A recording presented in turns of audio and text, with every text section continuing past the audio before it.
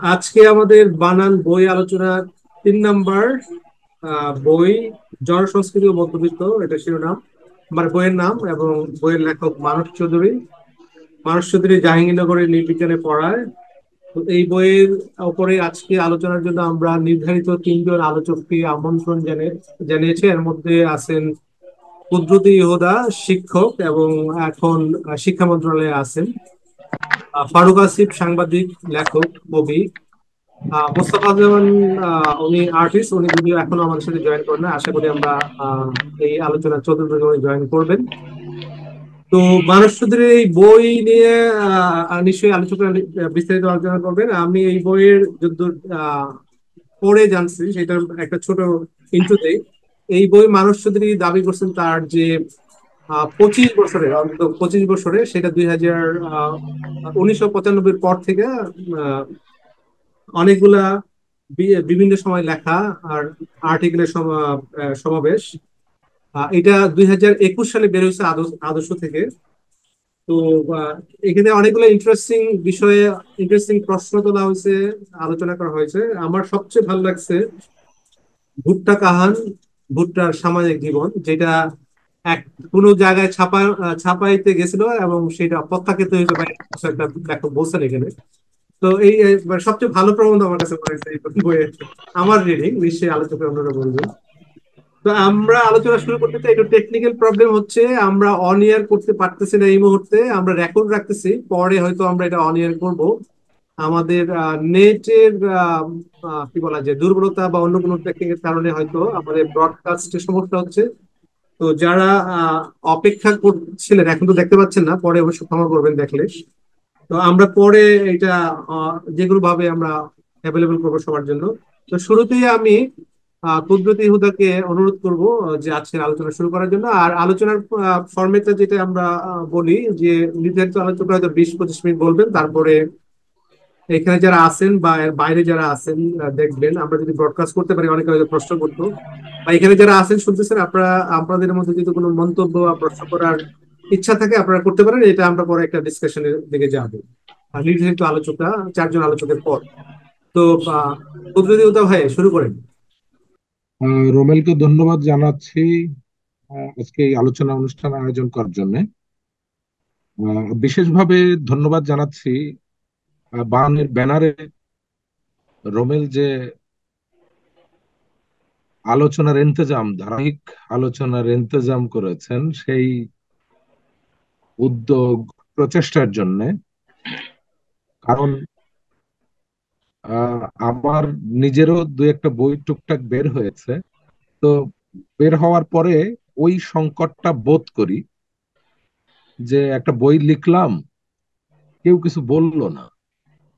না, মানে বললো না, মানে আসলে পড়া, প্রতিক্রিয়াটা জানতে ইচ্ছে করে সব লেখকের।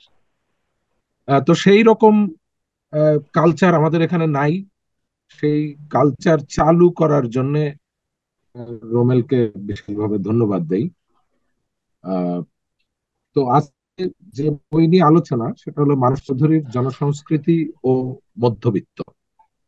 এই বই নিয়ে এই বই আমাকে যখন আলোচনার জন্য বলা হলো, তখন ওর নাম দেখে আমি বিশেষভাবে আগ্রহী হয়ে উঠেছি। নাম আগেও দেখেছি আমি, কিন্তু বইটা সামহাও শুরু করা হয় নাই। তো আহ, এই শিরোনামটা অত্যন্ত জরুরি শিরোনাম আমাদের এই সময়ের জন্য, সময়কে ব্যাখ্যা করার জন্য। আমার এই বিষয়ে কিঞ্চিত আগ্রহ আছে। বলা ভালো যে উম জনসংস্কৃতি মধ্যবিত্ত, এইটা আগ্রহের জায়গাও আমাদের হওয়া দরকার। কারণ এই জনসংস্কৃতি এবং মধ্যবিত্ত, এটা ব্যাখ্যার ভেতর দিয়ে আমরা মনে হয় বাংলাদেশ রাষ্ট্রকে ভালো মতো ব্যাখ্যা করতে পারবো। ফলে আহ, মানস চৌধুরী শিরোনাম বেছে নিয়েছেন, সেই শিরোনাম আমাদের এই সময়ের জন্য অত্যন্ত গুরুত্বপূর্ণ শিরোনাম। আর আমি ব্যক্তিগতভাবে পছন্দ করি, আহ, আগ্রহ ক্রিটিক্যাল লেখাপত্রের দিকে। আহ, সেই সব লেখাপত্র আমার পছন্দ যেগুলো রাষ্ট্রকে, সমাজকে, সংস্কৃতিকে বা সাংস্কৃতিক রাজনীতিকে আহ পর্যালোচনা করে, ক্রিটিক্যালি ব্যাখ্যা বিশ্লেষণ করে। মানস চৌধুরীর এই বইটা আহ, সেই আকাঙ্ক্ষা থেকে লেখা, এবং সেই আকাঙ্ক্ষার পরিপূরণও করেছে বলে আমি মনে করি। আহ, এই যে বাংলাদেশ রাষ্ট্র, সমাজ, এর সংস্কৃতি, এইগুলোর ক্রিটিক্যাল পর্যালোচনা এজন্য প্রয়োজন যে, যে শিরোনামগুলো আমি বললাম, রাষ্ট্র, সমাজ, সংস্কৃতি, এইগুলো বিষয়ে আসলে বাংলাদেশে কোনো মানে এই বিষয়গুলো সেটেল ডাউন হয় নাই। আহ, একটা বিষয় যখন সেটেল ডাউন হয় না, তখন তার আহ, অগতি, আহ, সেটা শনাক্ত করা, অভিমুখ শনাক্ত করা খুব মুশকিল হয়ে যায়। তো আমার মনে হয় এই সব বিষয়ে আমরা খুব কাঁচা পর্যায়ে এবং হসপস একটা পর্যায়ের মধ্যে আছি। ফলে এই মানস চৌধুরীর এই উদ্যোগ আমাদের ওই যে সেটেল ডাউন না হওয়া এবং হসপস পরিস্থিতি থাকা, সেই পরিস্থিতিটা থেকে সম্ভবত একটু উত্তরণের এবং বুঝের আওতার মধ্যে নিয়ে আসছে সাহায্য করবে। আহ, যত ক্রিটিক্যাল আলোচনা হবে আমাদের এই বিষয় নিয়ে, তত এর ভেতরের, এই সব বিষয়ের ভেতরের যত গোমর আছে, এই গোমরগুলো সম্ভবত স্পষ্ট হবে, আর ভেতরটা উদম হবে এবং বোঝাপড়াটা স্পষ্ট হবে। আমরা পৃথিবীর যেসব দেশকে আসলে দেশ মনে করি, যাদের মনে করি যে আমরা বিচিত্র ধরনের অগ্রগতির ভিতর দিয়ে গিয়েছে, তারা এগুলো পর্যালোচনা করে সেটেল ডাউন করেছে। আহ, ফলে আমি মনে করি আজকের এই বই, আলোচনা এবং লেখক তিনি খুব গুরুত্বপূর্ণ। তিনটাই গুরুত্বপূর্ণ। বাংলাদেশে দুই ধরনের লেখক দেখি। এক ধরনের লেখক আনকোশ্চেন, প্রথাগত, এবং একটা সবকিছু বিষয়ে, ওই যে রাষ্ট্র, সমাজ, সংস্কৃতি, এইসব বিষয়ে আহ, একটা মহাবয়ান আছে। এই বয়ানের আরামের ভেতরে থেকে ওই লেখকরা আহ, লিখতে, ভাবতে পছন্দ করেন। আহ, তারা নিশ্চয় লেখক, কিন্তু আমার আমাকে যদি বলা হয়, আমি এই ধরনের লেখককে আহ, মানে ওই, আমি যাকে লেখক বলি আর কি, সেই লেখকের মর্যাদা দিতে চাই না। কারণ আহ, একটা বিষয়ে আহ, যে প্রথাগত বয়ান থাকে, ওই বয়ান হাটে, মাঠে, ঘাটে, টিভিতে, হ্যাঁ, মিডিয়াতে, পত্র পত্রিকা, বিচিত্র জায়গায় দেখা যায়। তো আমি আবার ওইটা কোনো লেখকের বয়ানে বই আকারে কেন পড়বো, এটা আমি খুঁজে পাই না। আর ধরনের লেখক ক্রিটিক্যাল, তারা রাজনৈতিক, তাদের মধ্যে রাজনৈতিকতা খুব কাজ করে। এই দ্বিতীয় ক্যাটাগরির লেখক। আহ, এই জন্য তিনি আমার কাছে একটা গুরুত্বপূর্ণ অভিজ্ঞতা, তার বই পড়া আমার জন্য একটা আনন্দের বিষয়, গুরুত্বপূর্ণ অভিজ্ঞতার বিষয়। এই বইয়ে নানা ধরনের লেখা আছে, সেটা মানস চৌধুরীর ভূমিকায় বলেছেন।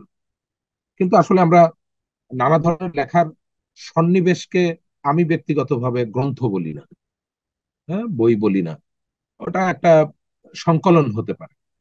মানুষের বইয়ের মধ্যে বিচিত্র ধরনের লেখা আছে, কিন্তু এটা গ্রন্থ, এটা একটা বই। এজন্য যে ওই বিচিত্র লেখার মধ্যে বিষয়গত বিষয় দেখা যাচ্ছে যে আপাত দৃষ্টিতে আহ, একটার সাথে আরেকটা ইয়ে করে না, এলাই করে না। কিন্তু একটা দেখার ভঙ্গি এবং অন্বেষণের দিক থেকে এর প্রত্যেকটা লেখার মধ্যে একটা ইন্টারনাল যোগাযোগ আছে। সেটা মানস চৌধুরী শুরু করেছে। এটাকে আমি করি যে এটা মানস চৌধুরীর গ্রন্থ। যদিও 25 বছরের লেখা, উনি এক জায়গায় করেছেন এই বইয়ের মধ্যে। 25 বছর একটা দীর্ঘ সময়, কিন্তু সেই 25 বছরের দীর্ঘ সময়ের বিচিত্র লেখা ভেতরে তার লেখক চরিত্রটা বুঝতে আমার খুব একটা অসুবিধা হয়নি।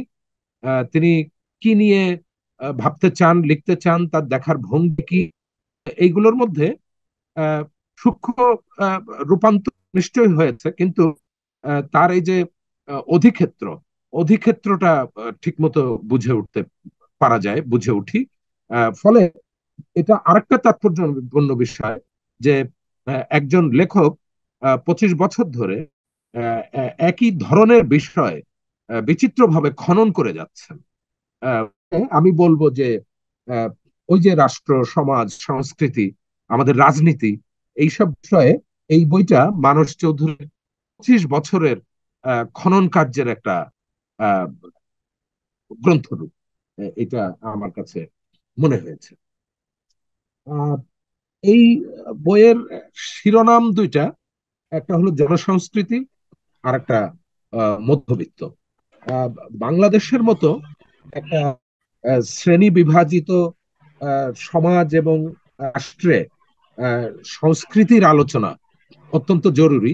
আপনারা জানেন যে এখন সংস্কৃতি নিয়ে বিশেষত পহেলা বৈশাখ গেল, এরকম সময় আসলে বা বিভিন্ন সাংস্কৃতিক আইটেমের সময় আমাদের সংস্কৃতি নিয়ে দুই ধারার আলোচনা হয়। হ্যাঁ, যে একটা ধারা আবহমান বাঙালি সংস্কৃতি, আর একটা ধারা আহ, দাবি করে যে বাঙালি সংস্কৃতি ওটা কিনা, ওর বিপরীতে আর কি কি উপাদান থাকা দরকার ছিল। হেন তেন এইসব আলোচনা আমার কাছে ব্যক্তিগতভাবে মনে হয় যে বোগাস আলোচনা। এই সব আলোচনায় আমরা ইয়ে তৈরি করতে পারি, বিরোধ তৈরি করতে পারি। ওই যে মোটা দাগে যে বাংলাদেশের যে রাজনীতি আছে, সেই রাজনীতিকে আমরা হয়তো ইয়ে করতে পারি, তুলে ধরতে পারি, বা ওইটাকে আরেকটু চাপা করতে পারি। কিন্তু তাতে আমাদের সংস্কৃতি বিষয়ক খুব একটা কাজে আসে না। কিন্তু মানস চৌধুরীর এই আলোচনা আমাদের এই সংস্কৃতি বিষয়ক বোঝাপড়ায় কাজে লাগবে। কারণ আহ, তিনি ওই যে বললাম যে ক্রিটিক্যালি দেখেছেন, এবং এমনকি কিছু কিছু লেখায় এই যে সংস্কৃতি বেসড যে তার যে পড়ানোর অধিক্ষেত্র মানস চৌধুরীর, নৃবিজ্ঞান, নৃবিজ্ঞান নিয়েও নানা ধরনের প্রশ্ন তুলেছেন তিনি। যে নৃবিজ্ঞান কিভাবে আহ, একটা সংস্কৃতিকে ওই যে সাব কালচার করা হয়েছে। আহ, আমাদের বাংলাদেশের যে সংস্কৃতি, সাংস্কৃতিক যে বোঝাপড়া, সেই বোঝাপড়ার মধ্যেও আমরা দেখব যে একটা সংস্কৃতি প্রধান সংস্কৃতি হয়ে উঠছে, এবং সে আহ, দাবিয়ে রেখেছে, চাপিয়ে রেখেছে আরো অনেক সংস্কৃতিকে। সে বলছে সাব কালচার। এই যে জনসংস্কৃতি, বাংলাদেশে জনসংস্কৃতি ব্যাপারটাই আসলে কালচারে পরিণত হয়েছে। এখানে সংস্কৃতি বিষয়ক যত ধরনের আলোচনা আছে, সব আলোচনা দেখলে আপনি বুঝবেন, আপনার মনে হবে যে এখানে সংস্কৃতি মানে কি যেন এই জিনিসটা বাইরে কোথাও আছে, বাইরে কোথাও থাকে। হ্যাঁ, ওইটা ফলো করতে হয়। ওই যে আমাদের এখানে সংস্কৃতি নিয়ে বলে কৃষ্টি বলে চাষ করতে হয়, হ্যাঁ, আয়ত্ত করতে হয়। এটা আহ, এটা একটা ধর্মের মতো। এই যে সংস্কৃতি বিষয়ক এইসব বহিরাগত আহ, ধারণা, এই ধারণাগুলো মানস চৌধুরীর এখানে ভালো মতো প্রশ্নের সম্মুখীন হয়েছে তার বিচিত্র প্রবন্ধের মধ্যে। এটা আমার কাছে গুরুত্বপূর্ণ বিষয় মনে হয়। আমাদের এখানে সাংস্কৃতিক সংস্কৃতি বিষয়ক যেসব ধারণা, এই ধারণাকে আমি মনে করি যে ওই যে সংস্কৃতি হয় পশ্চিম বাংলায় আছে, না হলে পশ্চিমা দেশে আছে, এবং এগুলো আয়ত্ত করে সংস্কৃতি বান হতে হয়। এইগুলো আমি মনে করি যে এটা একটা ঔপনিবেশিক আহ, চেতনার ফসল। আমাদের বড় বড় সংস্কৃতি বিষয়ক আহ, ভাবনাকারী যারা আছে, সেটা ওই যে মোতাহার হোসেনের কথা মনে পড়ে, এবং প্রমথ চৌধুরী থেকে শুরু করে আর যা যা আছে, দেখবেন যে সব এই এই ধরনের সাংস্কৃতিক আলোচনা চৌধুরী এগুলোকে খুঁচিয়ে খুঁচিয়ে একটু ক্ষত বিক্ষত করার চেষ্টা করেছে, এবং জনসংস্কৃতির ব্যাপারটাকে নানাভাবে তিনি ডিফাইন করার চেষ্টা করেছেন তার এই বইয়ে। ফলে এই আলোচনা আমার জন্য আহ, একটা অন্যরকম অভিজ্ঞতা ছিল তার এই বই পড়া, এবং আমার জন্য কাজের হয়েছে। এবং আমি মনে করি যে এটা ঢাকার জন্য, এখনকার পাঠের জন্য কাজের পাঠ বলে আমি মনে করি। আর মধ্যবিত্ত নিয়ে তিনি যে কথাবার্তা বলেছেন, দেখেন আমাদের এখানে মধ্যবিত্ত একটা শ্রেণী, যে শ্রেণীকে এমনকি বামরা পর্যন্ত ভালো মতো ইয়ে করে নাই, অ্যাড্রেস করে নাই। হ্যাঁ? কিন্তু বাংলাদেশে যদি আপনার কোনো রূপান্তর ঘটাতে হয়, আমি মনে করি যে এই মধ্যবিত্তকে ভালো মতো অ্যাড্রেস করতে হবে। মধ্যবিত্তকে অ্যাড্রেস না করলে আপনি সমাজ রূপান্তর করতে পারবেন না। তো এই মধ্যবিত্তকে আহ, আমি বলবো যে মানস চৌধুরী এই বইয়ের মধ্যে কষে ধরেছেন। হ্যাঁ, এই মধ্যবিত্তের ক্রিটিক করা, এটা আমাদের এখানে আছে এবং বিচিত্র কবি সাহিত্যিকের মধ্যে আমরা সেটা লক্ষ্য করি। আহ, কিন্তু গদ্যে এবং চিন্তার ক্ষেত্রে, চিন্তার পরিসরে মানস চৌধুরী সে অনেক আগে থেকে এই বিষয়গুলো করে আসছেন, মধ্যবিত্তের ক্রিটিক। সেখানে আমরা দেখব যে এই ওই যে বললাম যে অনেক আগে করে আসছেন এই ব্যাপারে, মানস চৌধুরীর বোধহয় একটা হিস্ট্রিক্যাল গুরুত্ব তিনি পাবেন বলে আমার মনে হয়, এই বইয়ের মধ্যে আমার যেটা মনে হলো। আর মধ্যবিত্তকে আসলে তিনি কিভাবে দেখেছেন, ওই যে তার গুরুত্বপূর্ণ প্রবন্ধ, আমি একটু শিরোনামটা নিতে পারবো ভেতরে না। খুব মধ্যবিত্তকে বোঝার জন্য, মানস চৌধুরীর দৃষ্টিভঙ্গি বোঝার জন্য, অবকাশ, অলসতা আর অতিবাহন, নগর মধ্যবিত্তের নাখোশি, এই প্রবন্ধটা বোধহয় মধ্যবিত্তকে খুব ভালো মতো অ্যাড্রেস করতে পেরেছে। ওই যে মধ্যবিত্ত বলে কিছু একটা তো করা দরকার। হ্যাঁ, তার এই যে মুখে বলার মধ্যে যে একটা মহৎ কোনো কিছু করে ফেলার আকাঙ্ক্ষা, আসলে সেই আহ, মহত্বের আকাঙ্ক্ষা বা সে যাকে কোট আনকোট মহৎ বলছে, সেটা বাংলাদেশের বাঙালি মধ্যবিত্তের সেই বিষয়টা কতটা সিলি এবং কতটা হাস্যকর, সেই আমার মনে বিষয়গুলো হয় কিন্তু ওনার কোন লেখায় কোনো মহৎ শব্দটা ব্যবহৃত হয়নি একদম। এই এই লেখাটার মধ্যেই বোধহয় মধ্যবিত্ত না, মনে সম্পর্কে হয় না। মহত্বের ইয়েটা আছে। আমি তাহলে আমার বক্তৃতার শেষে আমি ইয়ে করবো, আহ, ওটা শোনাতে পারবো মনে হয়, যদি আমি বড় তাহলেও রকমের ভুল এটা না যে করে থাকি। অর্থ আপনি বলছেন সে অর্থ না, মহৎ জব কোন ধরনের মানুষ শক্তির মধ্যে নেই। আহ, আমি কি সেই কথা আমি যদি ফারুক ভাই, আমি যদি বুঝে থাকি আপনি কি বলছেন, আমি বলছি যে ওইটার বরং বিপরীত কথা বলে চৌধুরী ওই হ্যাঁ, বিষয়টাকে হ্যাঁ, ক্রিটিক হ্যাঁ, হ্যাঁ, হ্যাঁ। করেছেন। আপনি বোধহয় একদম। আমি ঠিক মতো ইয়ে করেন নাই, অথবা আমি বলতে পারি নাই হয় সত্যি, হতে পারে, হতে পারে, তাহলে আমি আমি আমি বোধহয় এই জন্য ঠিক মতো ক্ষমা বলতে চাই, পারি নাই। কিন্তু মহৎ হ্যাঁ, শব্দটা না সেটা তো ওনার হতেই কোনো পারে না, লেখার কারণ আমি মধ্যে নেই। এতক্ষণ যাবত যে কথাগুলো বললাম ওই যে সংস্কৃতি বিষয়ে, সেটা তো সেই পজিশন মধ্যবিত্ত সম্পর্কে তার পজিশনের তো অনুকূলেই হওয়ার কথা, যদি তিনি চরিত্রবান লোক হয়ে থাকেন। ফলে ওই মধ্যবিত্তকে মহৎ বলার তার বড় কোনো কারণ দেখি না। তো এই আর আমি ওই যে রোমেল আমাদের ইন্টারনাল আলোচনায় বলছিলেন যে আহ, ভুট্টা বিষয় লেখা, এই লেখা পড়ে আমি আসলে একটু ইয়ে হয়েছি, অবাক হয়েছি যে ভেরি ইন্টারেস্টিং। বাংলাদেশের অর্থনৈতিক পরিবর্তন বোঝার জন্য এবং কিভাবে আহ, আহ, আহ, জীবনধারায় পরিবর্তন আনছে, ওই জায়গাটা খুব গুরুত্বপূর্ণ। উনি শনাক্ত করেছেন যে বাংলাদেশে যে এই যে খাস জমি লিজ দেওয়ার যে সব চলছে, আমি নিজে এগুলো উপলব্ধি করেছি উত্তরবঙ্গে ঘুরে, এবং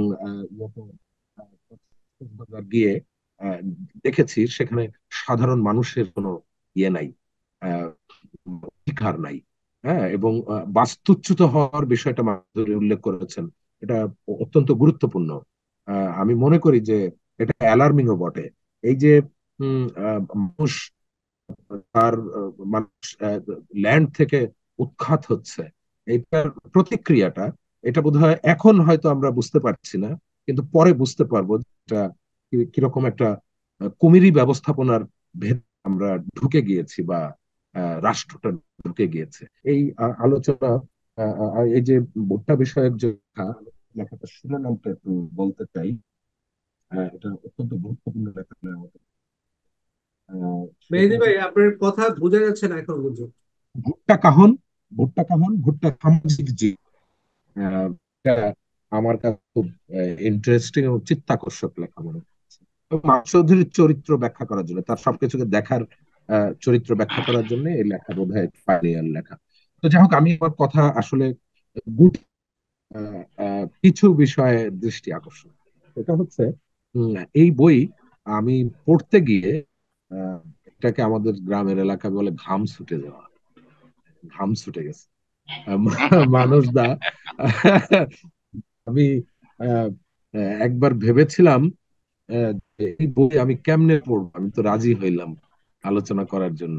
একদম আহ, একই প্রবলেম আমি আমারও কি হয়েছে। আমি কি এখন গড় রাজি হব? পরে আবার ভাবলাম যে আচ্ছা, বাংলা ভাষায় একজন লেখক লেখা লিখেছে, আমি দীর্ঘদিন যাবৎ বাংলা চর্চা করি, এই পরাজয় মেনে নেওয়া যায় না। হ্যাঁ। পরে আমি একজনকে ফোন দিলাম, আজমকেই ফোন দিলাম, যে আচ্ছা আমার কি আহ, কোনো সমস্যা হচ্ছে, আমার আমার কি কোনো সমস্যা? তা বলছে যে না, এটা মানুষ চৌধুরীর লেখার বৈশিষ্ট্য এরকম। তো মানুষ চৌধুরীর কথা শোনারও অভিজ্ঞতা আছে আমার। তিনি ওভাবেই কথা বলেন। কিন্তু আমি আমার পর্যবেক্ষণ এটা ইয়ে করে না। মানস চৌধুরী হয়তো তার ঠিক ভঙ্গিটাই, ঠিক ভাষাটাই বেছে নিয়েছেন। কিন্তু আমি বলবো যে লেখার সংস্কৃতি ও মধ্যবিত্ত, সেই লেখার ভাষা ভঙ্গি এবং উপস্থাপনাটা যদি কোনো সংস্কৃতি মধ্যবিত্ত তাদের অধিকতর পাঠের আওতার মধ্যে আসতো, তাহলে বোধহয় এই লেখা আমাদের জন্য আরো অভিজ্ঞতা বয়ে নিয়ে আসতে পারতো। মানে এটা একটা বিষয়। একটা বিষয় মনে হয়েছে যে আচ্ছা, ওই আহ, এটা আসলে লেখকের পার্সোনালিটিরও ব্যাপার আসলে। এটা লেখক লেখকের ভাষাভঙ্গি, গদ্য, এগুলো তার ব্যক্তিত্বের স্মারক। এখন ব্যক্তিত্ব তো আসলে আমি বদল ঘটাতে বলতে পারি না, এই অধিকার আমার নেই। তিনি তার মতোই লিখবেন। আবার হয়তো তিনি যে ধারার লেখক, মানে ক্রিটিক্যাল ঘরানার লেখক, ক্রিটিক্যাল ঘরানার লেখকের জন্য আসলে কোনো কিছুকে ক্রিটিক্যালি দেখার জন্য হয়তো এরকম বা এর কাছে একটা ভঙ্গি দরকার ছিল, সেটা হতে পারে। মানুষ, আমি এই সাফাইটা গেয়ে দিলাম হয়তো। মানুষের এই কথাই বলবো। তো যাও, আমি বক্তব্য শেষ করছি, আমি শুনি হ্যাঁ সবাই কি বলে, পরে প্রয়োজনে নানা বিষয় আরো পার্টিসিপেট করে। আপনাদের সবাইকে ধন্যবাদ জানাচ্ছি, আমার সহ আলোচক এবং এখানে যারা আছেন এবং যারা শুনবেন। অনেক ধন্যবাদ মেহেদী ভাই। আহ এইবার তাহলে মোস্তফা জামান ভাই এখনো আসে নাই দেখতেছি। তো আহ ফারুক আসিফ ভাইকে অনুরোধ করছি আলোচনা শুরু করার জন্য। ফারুক ভাই। কুদরতি ক্ষুধা একটা ভালো বেজ রচনা করছেন, যথেষ্ট বিনয় সহকারে। কিন্তু মোহাম্মদ রোমের ফারুক আপনাকে ভাই, ঝাপসা দেখা আ- যাচ্ছে। ফারুক ভাই, আমার নাম কুদরতি হুদা, এটা আকিকা দেওয়া নাম একটু। আপনি আমার বন্ধু মানুষ, আমার অফিসে নাম এগুলা বিকৃত হবে না, করলে কিছু এগুলা যায় নিয়ে আসে আমি না কিন্তু। ক্ষমা চাইবো না। না, ক্ষমা চাইবো না। তোর নামটা যথেষ্ট এরকম হয় না, আপনি একটু উদ্ধৃতি লাগে মাঝে মাঝে আমার। ফলে আপনার নামটা আমার মনের মধ্যে গাঁথে নাই। হম। কি কারণে গাথা নাই সেটা আমার সেই আলোচনা আহ, এখন করবো না, এটা আরেকদিন না করবো। না না না, আপনার মনে হয় গাথা নাই, সেটা আমার ব্যক্তিগত ব্যর্থতা। হ্যাঁ, আমার নামের ব্যর্থতা কোনো দোষ কেন নাই। আপনি, আমার এত হিংসা আছে আপনার। ওকে ওকে ওকে ওকে, প্লিজ। যাই হোক, এগুলা গল্প না, গল্পটা হচ্ছে আমি মনে করি, আমার মনে হয় যে যে বইটা বাংলাদেশে লেখা দরকার ছিল, মানে সংস্কৃতি বলে একটা আইডিয়া আগে ছিল, এখন নাই। তো ওইটা ওই সময়ে এই নামে লিখে উনি একটা ভালো কাজ করছেন। কি অর্থে ভালো কাজ? সেটা হচ্ছে জনসংস্কৃতি নামের ছায়ার আবডালে অনেকগুলো ইস্যু আছে, সেই ইস্যুগুলো চ্যাপ্টারে চ্যাপ্টারে ধরে ধরে আমি এই বইটা পড়তে গিয়ে দেখলাম যে লেখাগুলো আমাদের, মানে তথাকথিত যারা বামপন্থী বিপ্লবী, তাদের অ্যাড্রেস করা দরকার ছিল। উনি ওনার মতো সময়ে সময়, মানে এটা 99 সাল থেকে শুরু, তারপর কবে শেষ? মানুষ তো আপনি আছেন। যে মানুষটা আছে। হ্যাঁ, আছেন তো। তো আমি আসলে কি করবো, কোন সাহসে? সেটা হচ্ছে যে যখন যেটা লেখা দরকার উনি ওইটা অ্যাড্রেস করে, ওনার বইয়ের যে চ্যাপ্টারের শিরোনাম, সেটা আমাদের এক একটা যুগের শিরোনাম, এক একটা বছরের শিরোনাম। ধরেন ডক্টর ইউনূস,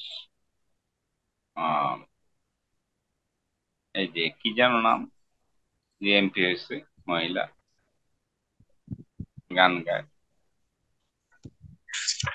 বা এরকম এরকম এরকম নাম, মমতাজ। মমতাজ। মমতাজ তো কালচারাল ওই যে ঈশ্বরচন্দ্র বিদ্যাসাগরের একটা রাস্তা ছিল না, যে সে একটা ম্যারাথন দেখতো, বাপ দেখতো, তো কালচারাল হিস্টোরি একটা ম্যারাথন উনি অ্যাডজাস্ট করছেন। আরো বেশি আয়োজন করছেন, ফরজ মজার করছেন, কিন্তু উনি কোনো মাইল পোস্ট গণে এপক গণনা করছেন, যুগ গণনা করছেন। তো আমি এই বইটা আসলে আমি গত 3-4 দিনে পড়ছি। আর সম্পূর্ণ যে পড়ছি তাও না, স্কিপ করছি, যে বইটা যে চ্যাপ্টারটা ভালো লাগছে সেটা একটু মনোযোগ দিচ্ছি। কিন্তু যদি বলা যায় সেটা হচ্ছে যে এই 20 বছরের কালচারাল এপোকের এক একটা মাইলস্টোন, এটিকে উনি গুলো চ্যাপ্টার গুলো ভাবলেই বোঝা যায় যে উনি ওগুলোকে অ্যাডজাস্ট করছেন। এইটা একজন, আমি কলামিস্ট যেহেতু, সেইভাবে বলি এগুলা অ্যাডজাস্ট করার দায়িত্ব ছিল। এখন এটা হচ্ছে, এটা অ্যাডিকুয়েটলি অ্যাডিকুয়েটলি অ্যানালাইজ, কিন্তু ভাষাটার সমস্যা আমাদের সবার জন্য। আমি এটা বাকি জনগণের দাবি করতেছি না, কিন্তু ভাষার কারণে, চিন্তা পদ্ধতির কারণে একজনের মাথার মধ্যে অনেক চিন্তা কেমনে ঘটে এটা তো বলা যায় না, কিন্তু ওই চিন্তাটা সে লেখা হিসেবে বলছে না, চিন্তাকে চিন্তা হিসেবে বলছে। যেগুলো তার মাথার মধ্যে ঘটতেছে, যেগুলো টোকা, সেগুলোকে নোট রাখতেছে সে। এবং এই বইটা একটা নোট, যে আমাদের কালচারাল হিস্ট্রির গুরুত্বপূর্ণ মোমেন্ট গুলো কি, ইউজ, হ্যাঁ, বা তারও আগের লেখাগুলো যখন বোকাজা সমাজের সম্পাদক, সেইখানে যখন আপনি লিখতেন মানুষদা, তারপর যখন সেখান থেকে বের হয়ে গেছেন, আপনি আর এতিম না, তখন আরেক ভাষা লিখতেছেন। আমি ভাষাও খেয়াল করি, বক্তব্য খেয়াল করি, যখন সাবাল্টার্ন পদ্ধতি রাজত্ব করতেছিল, এবং সেটা একটা বড় উপনিবেশ ছিল জাহাঙ্গীরনগর বিশ্ববিদ্যালয়ের অ্যানথ্রোপোলজি ডিপার্টমেন্ট, তারা তখন লিখতেছিল তখন, কিন্তু এটা অ্যাডজাস্ট হয়েছে, এটা আর্টিকুলেটেড হয়েছে, কিন্তু এটা একটা সিরিয়াল, যে এন্ডিংটা ইম্পর্টেন্ট, মাঝখানের রাস্তাটা ইম্পর্টেন্ট, কিন্তু ফাইনালি, মানে ফাইনালি কোনো কথা নাই, এটা হচ্ছে যে বক্তা নিজেকে গুরুত্ব দেওয়ার জন্য করে। তা আমি আসলে ফাইনালি কিছু পাই না। আপনার জার্নি চলতেছে, আপনি সামনে বল আসছে, বলটা পিটাচ্ছেন। যেমন ধরেন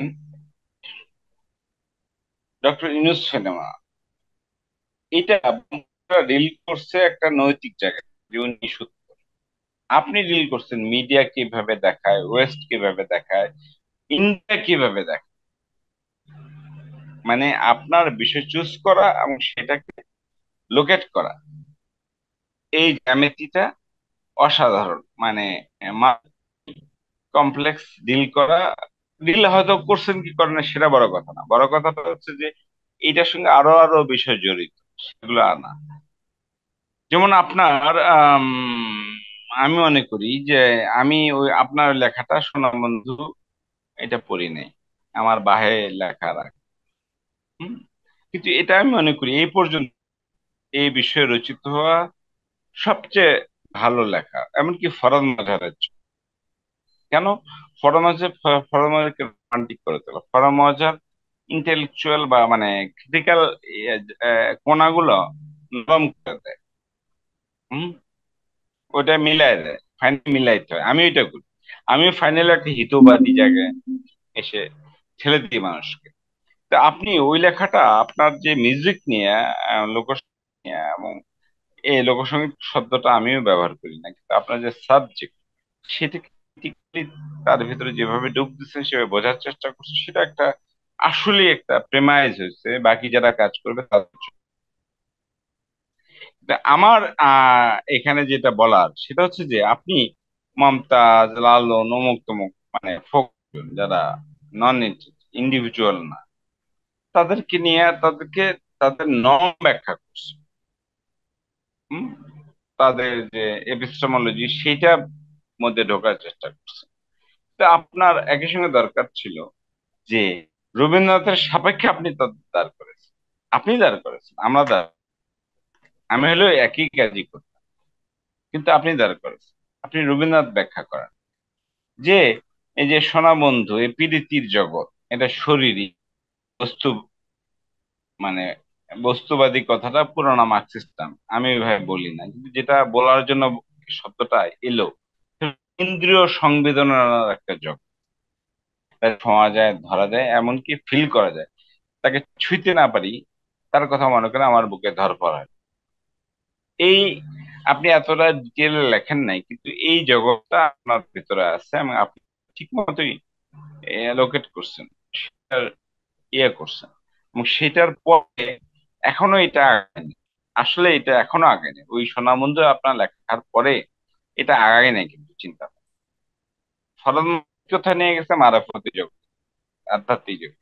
কিন্তু ওই লোকগানের, যাকে বলা হচ্ছে লোকগান, ওই যে ইন্দ্রিয় সংবেদনের গান, ছোঁয়ার গান, পাগলামির গান, এবং দিয়ে জল, হাওয়া, খাঁচা, পাখি, এসব যে প্রতীক ব্যবহার করে, এগুলো আমরা বলছি প্রতীক।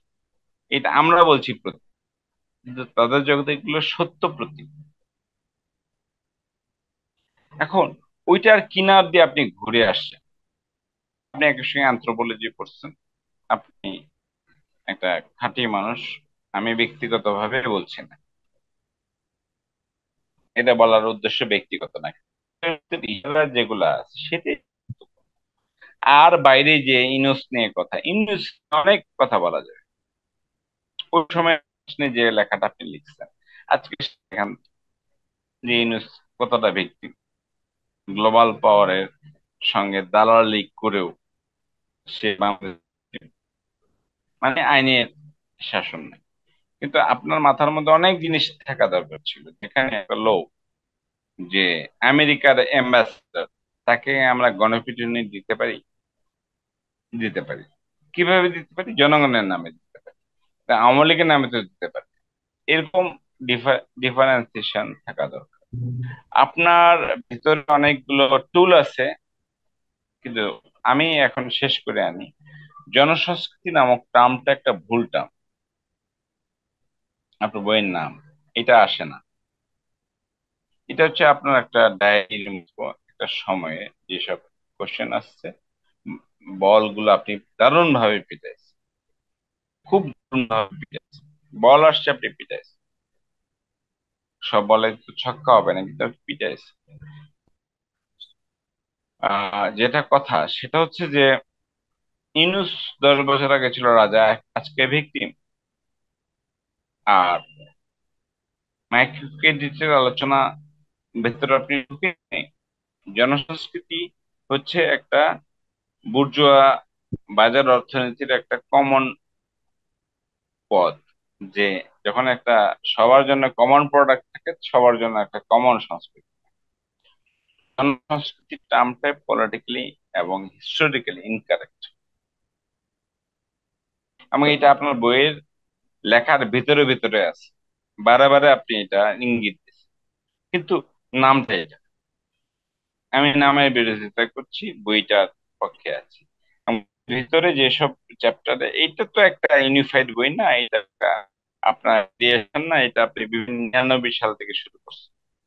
চিন্তা করা যায়, যখন আমরা এইসব ব্যাপারে প্রশ্ন করতে শিখি নাই, তখন আপনি এটা লিখছেন। এখন এটা তামাদি হয়ে গেছে। আপনি যেসব সাবালটার্ন টার্ম ব্যবহার করে সুনামবন্ধু লিখছেন, সুনামবন্ধুর আলোচনা, বাংলা সিনেমার আলোচনা, শ্লীলতা অশ্লীলতার আলোচনা, আপনি আপনার আগে কেউ করে নাই। আমরা সন্দেহ করছি, কিন্তু কিভাবে এটা বলা যাবে এটা আমরা করি নাই। কিন্তু এই পুরা জিনিসটাই একটা হচ্ছে যে যে যেটা নাই রবীন্দ্রনাথের। আপনি যেমন লোকাল মানে কৃষক সঙ্গীতের সমালোচনা আলোচনা যুক্ত, কিন্তু আপনি রবীন্দ্র সঙ্গীত ডিফাইনই করতেছেন না। ভিক্টোরীয় যুগে যেখানে চেয়ারকেও পাজামা বানানো হতো, ব্রাহ্ম আন্দোলন হলো তখন কলকাতায়, সে আদলে একটা অশ্লীলতা তৈরি হলো। কারো কোনো যৌনতা নাই, সবাই হিতবাদী। সেইটা হিস্টোরিক্যাল আলোচনা। তো আপনি এখানে নৈতিক আলোচনা করতেছেন, রাষ্ট্রীয় আলোচনা করতেছেন, যে সিনেমার পোস্টারে লাল কালি কালো কালি ঢুকাচ্ছে, কোথা থেকে ঢুকাচ্ছে? ওটা ওই ব্রাহ্ম সমাজ, ওই ভিক্টোরিয়ান নৈতিকতা থেকে করছে। যখন ব্রিটিশরা ব্রিটিশরা নৈতিকতা তৈরি করছে, ব্রিটিশরা দেশত্ববোধ তৈরি করছে, মাতৃভূমির ধারণা তৈরি করছে, মাদার অফ ইন্ডিয়া সেটা রানী ভিক্টোরিয়া, তারপরে ইন্দিরা গান্ধী, এখন শেখ হাসিনা। এইসব ট্রানজাকশনের মধ্যে আপনি ঢুকেন নাই, আপনি শুধু এই পুরো জিনিসটা হিস্ট্রি, ভূগোল এগুলোর বাইরে ভ্যালু অ্যাডেড ইন্টেলেকচুয়াল কোশ্চেন হিসেবে যতদূর আগায় দিচ্ছেন, সেটা প্র্যাকটিক্যালি অনেকেই করে না। এটা কিছুটা করছে ফরজ মজার, সে আইডিয়ালি করছে, কিন্তু আপনার কোনো যেহেতু বিশ্বাস নাই, ফলে আপনি প্রশ্ন সবার প্রতি করছেন। এইটাই আপনার গুরুত্ব। মানে আমাকে মাফ করেন, আমি এটা ছোট মানুষ হিসেবে বলতেছি, বড় লোককে। কিন্তু আপনার ছাত্রছাত্রীরা নিশ্চয়ই জানে, এবং আপনি অনেক লোককে ইন্সপায়ার করছেন, যদি আপনার লেখা পড়েনি, কারণ আপনার লেখা পড়া যায় না। এটা আমার দোষ। কিন্তু আপনার চিন্তা অনেক মারাত্মক, কিন্তু এই চিন্তার ন্যারেটিভ তৈরি হয় না। আপনি একা একটা তীর ছোড়েন, ওই তীরগুলো ঠিকঠাক মতো লাগে, আরেকজনকে ভাবায়। যেমন আমি সোনামন্দির লেখা আজকে পড়লাম যে এটা আমরা গ্রেটেস্ট, এবং এই যে আপনার বইয়ের 3-4টা চ্যাপ্টার, এটা আলাদা করে বের করলো, এটা একটা অভিসন্ধ, গুরুত্বপূর্ণ অভিসন্ধ। এর আগে এটা করে নাই। বেদের মেয়ে জ্যোৎস্না ফরদ মজি যেটা করছে ওটা পপুলার কালচার, ওটাই পপুলার কালচার লেখে। আপনি আসলে রিয়েলি কখনো পপুলার কালচার ক্রিটিক করেন নাই, অবকাশকে বুঝতে চেয়েছেন, সেটাকে অ্যানালাইজ করছেন, বা আপনার ম্যাটেরিয়াল দিয়ে সেটাকে ধরতে। পপুলার ব্যাপারটা আপনার মধ্যে নেই। আমার মধ্যে আছে, ফরজ মজার মধ্যে আছে, অমুকের মধ্যে আছে, আপনার মধ্যে নাই। আপনি আম, যদি বলি, আপনি হচ্ছে নিজ চিন্তা থেকে যেখানে যেখানে আঘাত করা দরকার, যেখানে যেটা বোঝা দরকার সেটা করছে। এই বইয়ের ভালো না, এই বইয়ের অনুসরণ করা যায় না, কিন্তু কিছু কিছু লেখায় আপনি অনেক অনেক লেখার উপসংহার নাই। কিন্তু একটা জিনিস আপনি করছেন, আমি খালি ফুটনোটে গিয়া সালগুলো দেখছি, ওই সালগুলায় আপনি পায়নি হচ্ছে। এই আবার কথা। শেষ করলেন ফারুক ভাই? হ্যাঁ, শেষ। ওকে, জয় বাংলা, জয় থ্যাংক ইউ। বাংলা। তো আমাদের নির্ধারিত আরেকজন আলোচক ছিল মোস্তফা জামান, ওনাকে আমি দেখতেছি না, উনি সম্ভবত আসে না। তো আহ, এখন আমি তাহলে ওনাকে কি ফোন দিয়েছিলেন? একদম কৌতূহল, ওনাকে কি ফোন দিয়েছিলেন এর ভিতরে? আমি ফোনে কথা বলেছি। ও আচ্ছা আচ্ছা, আটকে আমি গেছে। আচ্ছা, ফোনে কথা বলেছি, আমাকে মেইল যদি, আমরা দিয়েছি। যদি নিজেরা নিজেরা আসছি, আচ্ছা মানুষ কি রবীন্দ্রনাথের সংবেদন, শরীরীপনা আর রবীন্দ্রনাথ অশরীরী, লোকসঙ্গীত জগৎ শরীর, ইন্দ্রিয় আমি ওরা শরীরে বলি না, আমি বলি ইন্দ্রিয় সংবেদনের জগৎ। ওইটা গাছও গাছ, পাথর, সবার জীবন আছে। ব্যাঙও কথা বলে, পাথরও কথা বলে, সবার শরীর লাগে, সে শরীরে জ্বালা পোড়া আছে। আর রবীন্দ্রনাথের ভিক্টোরিয়ান, উনি আসছেন ইউরোপ থেকে। এটা না চৈতন্যের, না কারো, না বৌদ্ধের, না কারো, এটা ইউরোপের ভিক্টোরিয়ান নৈতিকতা, যেখানে উনি ধর্মসঙ্গীত লিখতেছেন হচ্ছে চার সঙ্গীতের আদলে, পূজা গান লিখতেছেন চার সঙ্গীতের আদলে, দেশপ্রেমের গান লিখতেছেন মাদার ইন্ডিয়ার আদলে। আপনি জানেন এগুলা লেখাপড়া। তো আপনি তাকে ব্যাখ্যা না করেই কেমনে আপনি পদ্ধতিগত ভাবে, আমি কোশ্চেন, কেমনে আপনি লোকসঙ্গীতকে ব্যাখ্যা করেন? হ্যাঁ, দেখা কারণটা তো হচ্ছে আপনার আচ্ছা মডারেটর, আমি কি এখন আলাপ হ্যাঁ করব? হ্যাঁ হ্যাঁ হ্যাঁ, বলুন তো, আপনি আচ্ছা, আলাপ শুরু করুন। না বিষয়টা হলো যে প্রথম বিষয় হচ্ছে যে রবীন্দ্রনাথ নিয়ে যে আমি কখনো লিখবো, এটা আসলে আমার মানে দরকার মনে হয় না। এত লোক কথা বলে বলে, খুব আনটিল ভেরি রিসেন্ট। তো যখন এই যে আপনার কি বলা যায়, এই যে শরীরকে শরীরকে একদম উধাও করে ফেলা, ওইটাতে ওই ওই চর্চা রবীন্দ্রনাথের, ওইটাকে অ্যাজিউম করে অথবা ওইটাকেই বিবেচনা করে আর এগেনস্টে তথাকথিত লোকগীতি চর্চাতে যে ওই উদাহরণ নাই, সেইটা হচ্ছে এই দুই রচনারই পরপর, সোনাবন্ধু আর আর একটা হচ্ছে আপনার সূক্ষ্ম প্রেমের অর্থ। দুটাই হচ্ছে আসলে ওই অর্থে বলতে গেলে আপনার যদি বলেন মানে রবীন্দ্রনাথের এই চর্চা, আমি যদিও রবীন্দ্রনাথ অনেক মানে অনেক বিরাজিত ছিলাম বহুকাল, সত্ত্বেও প্রচুর পড়াশোনা রবীন্দ্রনাথ নিয়ে, কিন্তু এই যে আপনার তার যে অন্তত গানের জগতে এই শরীর যে উধাও হয়ে যাওয়া, কেউদা হয়ে হ্যাঁ যাওয়ার বিপরীতে বিপরীতে এই ভান্ডারে একটা মানে কি বলা যায় টোকা রেখে যাওয়ার জন্য এই রচনা। এটা সত্য, ফারুক যেটা বলেছেন যে অনেকগুলো জিনিস হয়েছে, এটা পরে পরে আলোচকের পরে আমি বলবো, কিছুটা আসলে বায়োগ্রাফি। একজনের মাইক্রোফোন ইয়ে করছে আর কি দেখে। হ্যাঁ, আচ্ছা, এখন ঠিক আছে। কিছুটা বায়োগ্রাফিক বিষয় আসলে, মানে আমার যে যে সকল জিনিস সামলে আমার পেশা জীবন চালাতে হয়েছে ফারুক, সেই কারণে অনেকগুলো জিনিসই আসলে টোকা দেওয়ার অধিকন্তু মানে কিছু করা সম্ভব হয় নাই। কারণ যদি আপনি কথার কথা 99-তে আপনি সোনাবন্ধু নিয়ে বললাম মানে 2001-এর এই ঢাকার রাতটা দেখে আর সহ্য করা যায়নি। মানে আপনি যে অভিনিবেশ করবেন একটা কিছুতে, এটা একভাবে বলতে কোনো ব্যক্তির ট্র্যাজেডি না, কিন্তু যে লোকটার মাথা না, কিলবিল এটা করে তার এটা জন্য। এটা আমাদের সবারই আছে। হ্যাঁ, ওইটাই। যেখানে পায়োনিয়ার, সেটা হচ্ছে যে ওই সময় সাবাল্টার্ন স্টাডিজ ছিল, কিন্তু বিষয়টা সেটা না। এই লেখার পায়োনিয়ার আপনি। সোনামন্দের লেখাটা আমি আজকেই পড়ছি। এটা আমার অপরাধ হতে পারে, কিন্তু না, আমি কিন্তু আর আমি নিজেও তো আর একটা কিন্তু বিকাশ ঘটাইনি। আমার নিজের লেখার নামও এখানে নিতে পারি না, কারণ এখানে অনেকগুলো জিনিস থেওরাইজ করছেন। যেটা লোকসঙ্গীতের যে জগৎ, সেটাকে আমি একমত হতে পারি প্রায় 90 ভাগ। কিন্তু আপনি ওইটা রবীন্দ্রনাথের সাপেক্ষে হাজির করেন। রবীন্দ্রনাথের যে অশরীরী, যে ব্রাহ্ম সমাজ, 19 শতক, ভিক্টোরিয়ার নৈতিকতা, সেটার প্রোডাক্ট রবীন্দ্রনাথ। রবীন্দ্রনাথ আমাদের দেশের প্রোডাক্ট না। রবীন্দ্রনাথকে নিয়ে আলোচনাটা ছোট, রবীন্দ্রনাথ যেহেতু বাংলাদেশি না, ইন্ডিয়ানও না। কিন্তু ইন্ডিয়ান। রবীন্দ্রনাথকে নিয়ে এই আলোচনা এত ক্রিটিক্যাল ছিলাম যে, আচ্ছা, মরহুম শাহিন কবির উনি একদিন স্নেহ সমিতি একদিন আমাকে চায়েরই দাওয়াত দিয়েছিলেন যে আমার রবীন্দ্র বিদ্বেষ উনি ঘোচাবেন। আমি কোনোদিনই কোন বিদ্বেষী না, ছিলাম না। কোনো বিদ্বেষ নাই আমার। এই এখন লোকটা এগুলো কিন্তু এটা সমাধান খুঁজতে চাইছে, যে হ্যাঁ, ইউরোপীয় হইতে হবে, সভ্য হইতে হবে, এবং আমাদের নিজের ধর্ম রাখতে হবে। ধর্ম বলতে আমি বুঝাচ্ছি আমাদের কিন্তু আমি আপনার সাথে অনুভূতি একমত সংবেদন। যে না, কোনো আমার সুযোগ থাকলে আমি আমি একটা জিনিস একটা জিনিস শেষ করি, কারণ আমি যে ধর্ম বলতে চাইছি, এই ধর্ম বলতে চাইছি আমাদের অনুভূতি সংবেদন। এটা রবীন্দ্রনাথই বুঝে, তার গানই এটা। কিন্তু ওইখানে চার সঙ্গীতেরা সঙ্গীত রচনা করা, এই করা ও করা সে করা, বা গগন হরকার গান এর আদলে করা, এটা বাকিরা লোক বল চুরি। তার মন ওখানে চলে গেছে। এটা কলোনিয়াল প্রবলেম। তো আমরা এই আলোচনা হয় রবীন্দ্রনাথের ক্রিটিক করে করব, অথবা তাকে বাদ দিয়ে করব। এটা আমার না, প্রস্তাব। ফারুক ভাই, আপনি আরেকটু বিশদ করেন বিষয়টা যে রবীন্দ্রনাথ আহ ইউরোপীয়, হ্যাঁ, এটা আচ্ছা, আমরা রবীন্দ্রনাথ বলতে আপনি কি বোঝেন, আমি কি বুঝি আমি জানি না।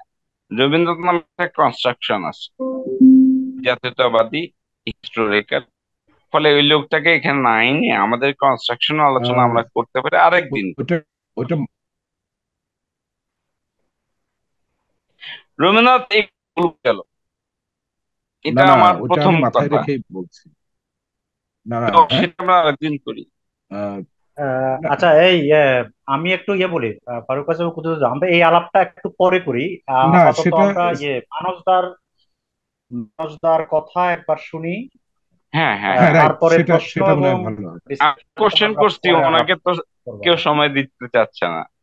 হ্যাঁ, না, না, মানসদা, আপনি মানুষ আপনার বলুন। বই সম্পর্কে বা এই আলাপকে করতে হবে, কিন্তু আপনার বই সম্পর্কে বা আপনার নিজের কথা আপনি এক স্লট যদি বলেন, তাহলে আমাদের ভালো হয়। ওনারকে জার্নির স্বাক্ষর আছে এই বইয়ে। হ্যাঁ, ওইটাই ওইটাই বোধহয় এক বাক্যে বললে হয়তো ওই দাবি করে বা ওই প্রস্তাব করে ওই প্রপোজিশন দিয়ে শুরু করতে পারি আর কি, যে বেসিক্যালি ওয়াসিফের যে প্রশ্নটা ছিল, ফারুক ওয়াসিফের যে এই সময় কেন, শুরুতে যখন ক্যাজুয়ালি, যখন আমরা ব্রডকাস্ট না, খুবই ন্যায্য প্রশ্ন। আমিও খুব ক্যাজুয়ালি বলেছি আসলে বই একটা সংগঠিত করা। বই সংগঠনের একটা দিক তো হচ্ছে আপনার বইটাকে পাণ্ডুলিপি বা যেটাকে আমরা বলি আর কি একত্রিত গ্রন্থ, যেটা বললেন, কুদরতি হুদা বললেন না। আরেকটা হচ্ছে এটার যে আপনার প্রকাশনার দিকে যাওয়া।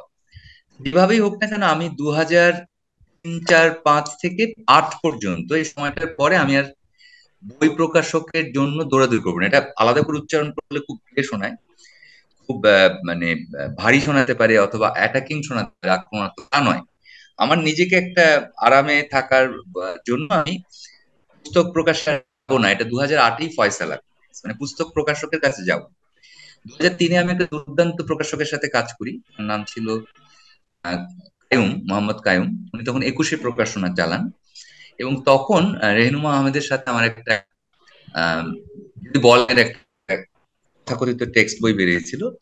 ওই অভিজ্ঞতার পর আমি যখন সকল ছোট গল্প লিখতে শুরু করি, তখন আমার অভিজ্ঞতা খুব বদলে যায়। এখন এই জার্নিতে একটা হচ্ছে আমি লেখক, সকল আর কি তথাকথিত লেখক হিসেবে প্রকাশকের সাথে কিভাবে যোগাযোগ রাখবো, এটা ছিল একটা জার্নি।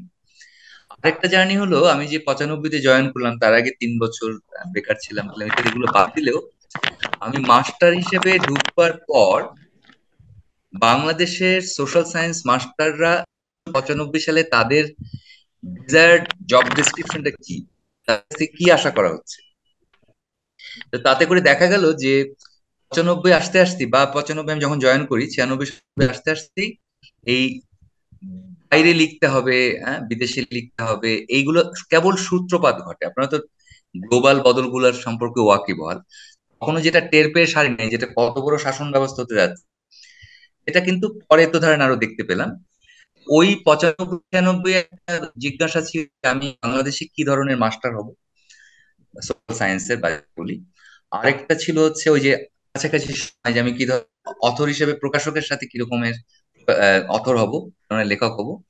এই দুইটা নিষ্পত্তি করতে গিয়ে যেটা ঘটেছে, আসলে সত্যি কথা বলতে গেলে বরহানুদ্দিন খান জাহাঙ্গীরের বাংলা পত্রিকা সমাজ নিরীক্ষণে নিয়মিত লেখা, যেটা আবার একাডেমিক বলা হবে কিনা তা নিয়ে অধ্যাপকদের ঘোতঘোতানি ছিল। ফলে এটা কিন্তু একটা খুবই, যদি বলি এখন যেরকমই সমতল মনে হোক, এরকম একটা সমতল বিষয় ছিল না, খুবই অমসৃণ একটা জার্নি ছিল 95 থেকে। কারণ একদিকে যেখানে আমি লিখছি সেটা ঠিক জার্নাল কিনা বিষয় না, হলো বাংলা লেখার বাইরে মাস্টারদের একটা ইংরেজি লেখার চাপ হতে শুরু করেছে, যেটা এখন প্রকট আকার ধারণ করেছে গত কবছরে।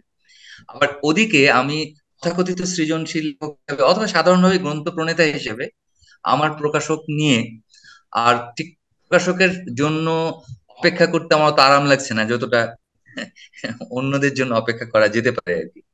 তো এরকম একটা পরিস্থিতিতে এর সাথে নতুন সংকট হঠাৎ করে দেখা, সেটাও গাঢ় হয়ে গেল 99-এর দিকে এসে।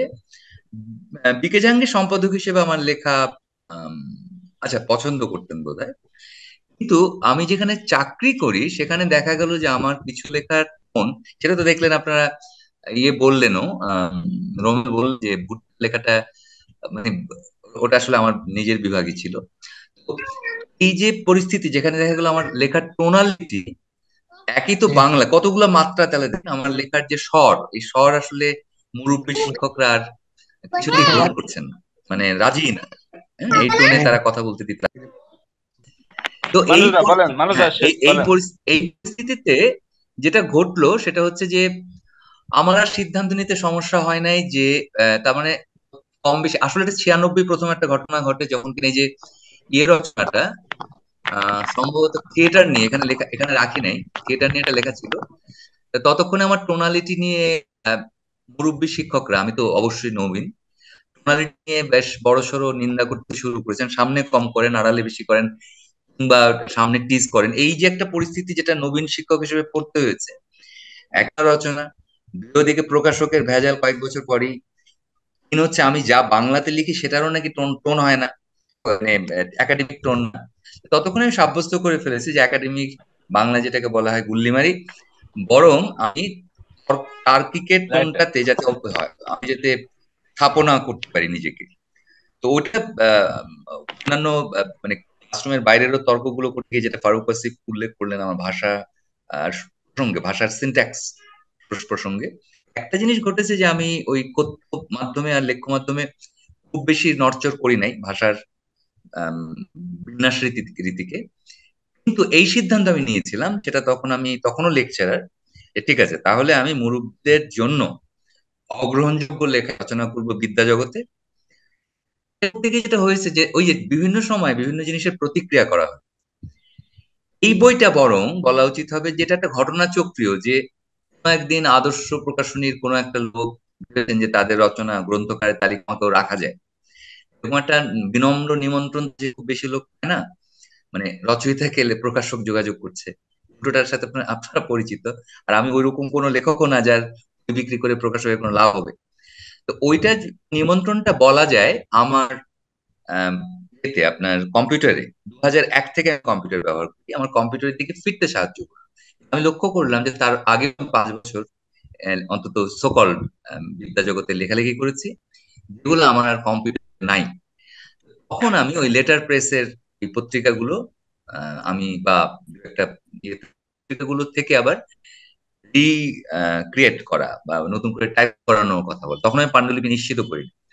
পরিশেষে এটা যেটা যথার্থই বলেছেন কুদরত সাহেব যে এটা একটা অ্যান্থোলজি গ্রন্থ, ওই জড়ক গিয়ে মনে হলো যে আমার একটা অনুসন্ধানের জায়গা হচ্ছে অপেক্ষাকৃত যে জায়গাগুলোতে ঘটনাচক্রে এগুলো ঘটেছে, অন্য লোকজন যদি এই কাজটা না করতেন, যদি নায়িকাদের নাভিতে আলকাতরা মাখাতে না যেতেন, ওই রচনাটা আমার দরকার পড়তো না। রচনাটাতে উপকার কি হয়েছে বিষয় না, বিষয়টা আমার তো একই সাথে একটা সংক্ষোভও ম্যানেজ করতে হচ্ছে। ইংরেজিতে হয়তো অ্যাঙ্গার বলতাম, কিন্তু এটা রাগ নয়, এটা সংক্ষুব্ধতা। যে একজন, আমি একটা সময় কাজ করছি যে সময় এরকম ধরনের কাণ্ডজ্ঞান বিবর্জিত নেতৃত্বে থাকতে হচ্ছে। ওই আলকাতরা কিন্তু উদ্বোধন করেছিলেন একজন অধ্যাপক। এটা তো চারটিখানি কথা না, এটা তো শুধুমাত্র একটা রাজনৈতিক দলের কয়েকজনের হ্যাঁ, মাথা। মানুষ, হ্যাঁ, মানুষদা, জি জি। এটা কিন্তু আমরা বোঝার আগে আপনি ওইখানে যদি ইতিহাসের বিষয় আসে তাহলে এটা বলতে হবে যে না, কিন্তু কথা হচ্ছে যে ওই সময় কিন্তু ওই কথাটা আপনি যেটা করছিলেন সেটা ওই পাথফাইন্ডারের মতো আর কি। সেটা খুবই আপনার আপনার দিক থেকে খুবই সম্মানিত হলাম। তো আমার জন্য ওটা হয়েছে কি সময় আসলে ওই যে আপনি যেটা বললেন ব্যাট যে উইকেটটা পড়েছে সেই উইকেটটা নামার একটা জীবন হচ্ছে, এটা ব্যক্তিগত একটা দিক থেকে বললে, যদি আমার অ্যাঙ্গেল থেকে বলি, যখন যে জায়গাটাতে আমার মনে হচ্ছে যে আসলে কেউই কিছু বলবে না, তাহলে কেমনে হয়। এইগুলো আসলে পরে যখন অ্যান্থোলজি করা হয়েছে তখন তো শুনে টেনে টুনে বসানো হয়েছে। এটা তো গ্রন্থটা তো আসলে আদর্শের নিমন্ত্রণ না থাকলে একটা বই দেন, আমার মনে হয় না যে 2-1 বছরের মধ্যে আরো, কারণ এটি সেদিনকার কথা মাত্র এগুলো। বরং তখন ওই ভুট্টা লেখাটা টাটকা ছিল। কোভিড এর সময়কার যে আমাদের না, আপনি অবকাশ, যে সাবজেক্ট গুলো চয়েস করছেন এটা আদৌ পারেন। ওটা ঘটেছে ফারুক, যে আসলে কি ওই যে এত ধরনের একটা সংখ্যক আপনার ভেতরে ভেতরে রাগ হয় না যখন আপনি রাজনৈতিক সাংস্কৃতিক কারণ জগতে এটা আপনার পড়াশোনার অপেক্ষাকৃত। জগৎ, আপনি স্মার্ট, কিন্তু এগুলো আপনি যে ফাইনালি ভালোভাবে ডিল করতে পারছেন এটা আবার বলি না, কিন্তু ওই টপিক ঠিক গুলো আছে। আমাদের চোখের সামনে তুলে ধরছে। হুম, যেমন আপনার 99 সালে লেখা সোনা বন্ধু এবং তারপরে 3-4টা প্রবন্ধ, খালি সঙ্গীত নিয়ে আপনার একটা বই হইতে পারে। হ্যাঁ, এই নিশ্চয়ই পারে। জনসংস্কৃতির মতো একটা ক্লিশে একটা ইনকারেক্ট, হ্যাঁ, এইসব জিনিস না দিয়ে এইটার ভিতরে শেষের চ্যাপ্টার গুলো যেগুলো এই ফারুক ভাই, পরে এগুলো পরে ধরে একটা পরে বই পরে হতে পারে। মানুষ দা ফার্স্ট চ্যাপ্টার শেষ করে। ওকে ওকে, ওই মোটামুটি যে বইটার। মানে আমি লম্বা আলোচনা করি না, আমি ওনাকে আগায় দেওয়ার জন্য এই খোঁচা দিচ্ছি। জি। হ্যাঁ, তো ওই ছিল আর কি। তো ফলে যেটা হয়েছে যে এক হচ্ছে যে ওই জনসংস্কৃতি টার্মটা ইনকারেক্ট, যেটা ওটা শব্দ হিসেবে আপনি ব্যবহার করলেন, আমার জন্য ঠিক এটা কারেক্ট বা ইনকারেক্টের বাইনারি না, এটা একটা আইডেন্টিফায়াবল একটা মানে পরিসর আর কি।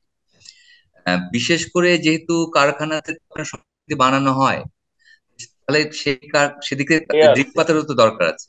তো এবং সেটা পুরনো, আমরা তো নতুন না, ঐতিহ্য আছে এগুলো দেখবার। আমাদের অঞ্চলে হয়তো আবেগের সাথে দেখা হয়েছে, কিন্তু ইউরোপে তো ধরেন আরো নিষ্ক্রিয় ভাবে এটা পঠন পাঠনও করেছেন মার্কসিস্টরা।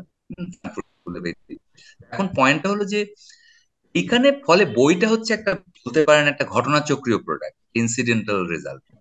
কোনো এক সময় কোনো একজন, তো প্রকাশকরা তো নিজে যোগাযোগ করেন, আপনারাও জানেন প্রকাশকের ওই সময় চাকরি করছেন, তার উপরে নির্ভর করে উনি কাকে যোগাযোগ করবেন কবি হিসেবে বা সম্ভাব্য গদ্যকার হিসেবে। এটা একটা ঘটনাচক্রীয় যে আদর্শ তখন একটা খুব আরামদায়ক সম্ভ্রমের, এটাই বলা উচিত বোধহয়, সম্ভ্রমে যোগাযোগ করে। আমি কম্পিউটার থেকে মনে হয় যে এগুলো একসাথে করা যায়, যে বিভিন্ন সময় তোলা আহ, খানিকটা পলিমিকের ঢঙে করা, যে সংস্কৃতি বিষয়ক যে হ্যাঁ, তর্কগুলো, আপনার পুরো বইটাই পড়েন। ওইটাই বরং ফারুক বলতে পারি, যে বিভিন্ন সময় টুকরো যে ঢিলগুলো ছুঁড়েছি সংস্কৃতি প্রসঙ্গের আলাপ আলোচনাতে। সেখানে আপনি যথার্থ বলেছেন, মাইক্রো ক্রেডিট আমি ঢুকি নাই, কারণ আমার জন্য তখন গুরুত্বপূর্ণ ছিল ওনার যে আইকনোগ্রাফিক, এটা অবশ্যই পরের পরের যে তার সাথে যে বর্তমান সরকারের যে সম্পর্ক, আমি টিকাতে আবার লিখেছি, সেটাতে এটা আপনি এটা জানেন লিখতে না ইচ্ছে করতো না। যে এটা তো আপনি হ্যাঁ, জানেন না এখন এটা হবে। হ্যাঁ বটেই, তো কিন্তু তখন তখনই যে, আপনি কল্পনা করছিলেন যে এখানে একটা কনফ্লিক্ট হবে। আর তার থেকে বড় কথা হলো আমার আমার ক্ষেত্রে যেটা মাথায় কাজ করেছে, যে ওই শান্তি পুরস্কারটাও তো আপনাদের মনে পড়বে, যে শান্তি পুরস্কারের 50 ভাগ তো আসলে উধাও হয়ে গেছে। শান্তি পুরস্কারটা ঘোষিত হয়েছিল যেভাবেই হোক না কেন গ্রামীণ গ্রামীণ ব্যাংকের নেতাদেরও। এটার যে আইকনোগ্রাফিক মানে দিকটা আর কি, এটা পুরুষ সেটা একটা পুরুষ না, আপনি অনেক জিনিস খেয়াল করছেন। আপনার আমাদের কালচারাল মানে বড় অর্থে না, ছোট এই অর্থে গত 20 বছরে কালচারাল হিস্টোরির যে নোশন গুলো এবং সেটা সেই সময় ব্যাখ্যা করার ধরনগুলো, সেটাকে ক্রিটিক করা বা একই সঙ্গে সেটাকে অ্যাবজর্ব করা, সেটার সঙ্গে থাকা, মানে তখন যে সাবঅর্ডার স্টাডি, তখন যে নারীবাদ যা যা ছিল, আপনি সেভাবে কাজগুলো করছেন আমার মনে হয়। ইস্যুগুলো ঠিক মতো চয়েস করছেন। এই আর কি। তো এইভাবে করে একটা বই দাঁড়ায় আর কি, যদি যে প্রশ্নটা ছিল সেটা আপাতত এই উত্তর আমার। আপনি মিনয় আপাতত বলে কথাটা আসলে ওকে। আচ্ছা, বাকিরা আমাদের এখানে যারা উপস্থিত আছেন তাদের মধ্যে কেউ কি আর এই বিষয়ে বা যে আলাপ হলো সে বিষয়ে কোনো কমেন্ট করতে চান? সংক্ষিপ্ত কমেন্টারি কিংবা লেখকের কাছে প্রশ্ন। আপনি আপনি আপনি ব্যাটারিকে আমাদের সুপারস্টার কালচারাল পলিটিক্স এ সে কথা বলবে না, বাকিদের মানে ব্যবহার ইয়া, করবে। যদি আর কারো কোনো আলাপ থাকে সেটা করতে পারে, কারণ মানুষদা হয়তো আরেকবার বলার একটা চাহিদা বোধ করতে পারেন কিছু প্রশ্নের সাপেক্ষে, সেজন্য বললাম। জি। আচ্ছা আচ্ছা, আমার হ্যাঁ, অবশ্য কিছু কথা আছে, আমি কয়েকটা কথা বলতে চাই। জি। আহ, বইটা আমি দাদু ভাই, এটা পড়েছি। কিন্তু লাইভ হচ্ছে এখন ইউটিউবে প্রায় 10 মিনিট পর থেকে, হ্যাঁ। এটা টের পেয়েছি। হ্যাঁ, আমি তো শেয়ার করেছি, আমি শেয়ার করেছি। হ্যাঁ, বানান ইউটিউব থেকে। হ্যাঁ, দেখেছি। তো আমার কয়েকটা কথা বলার আছে।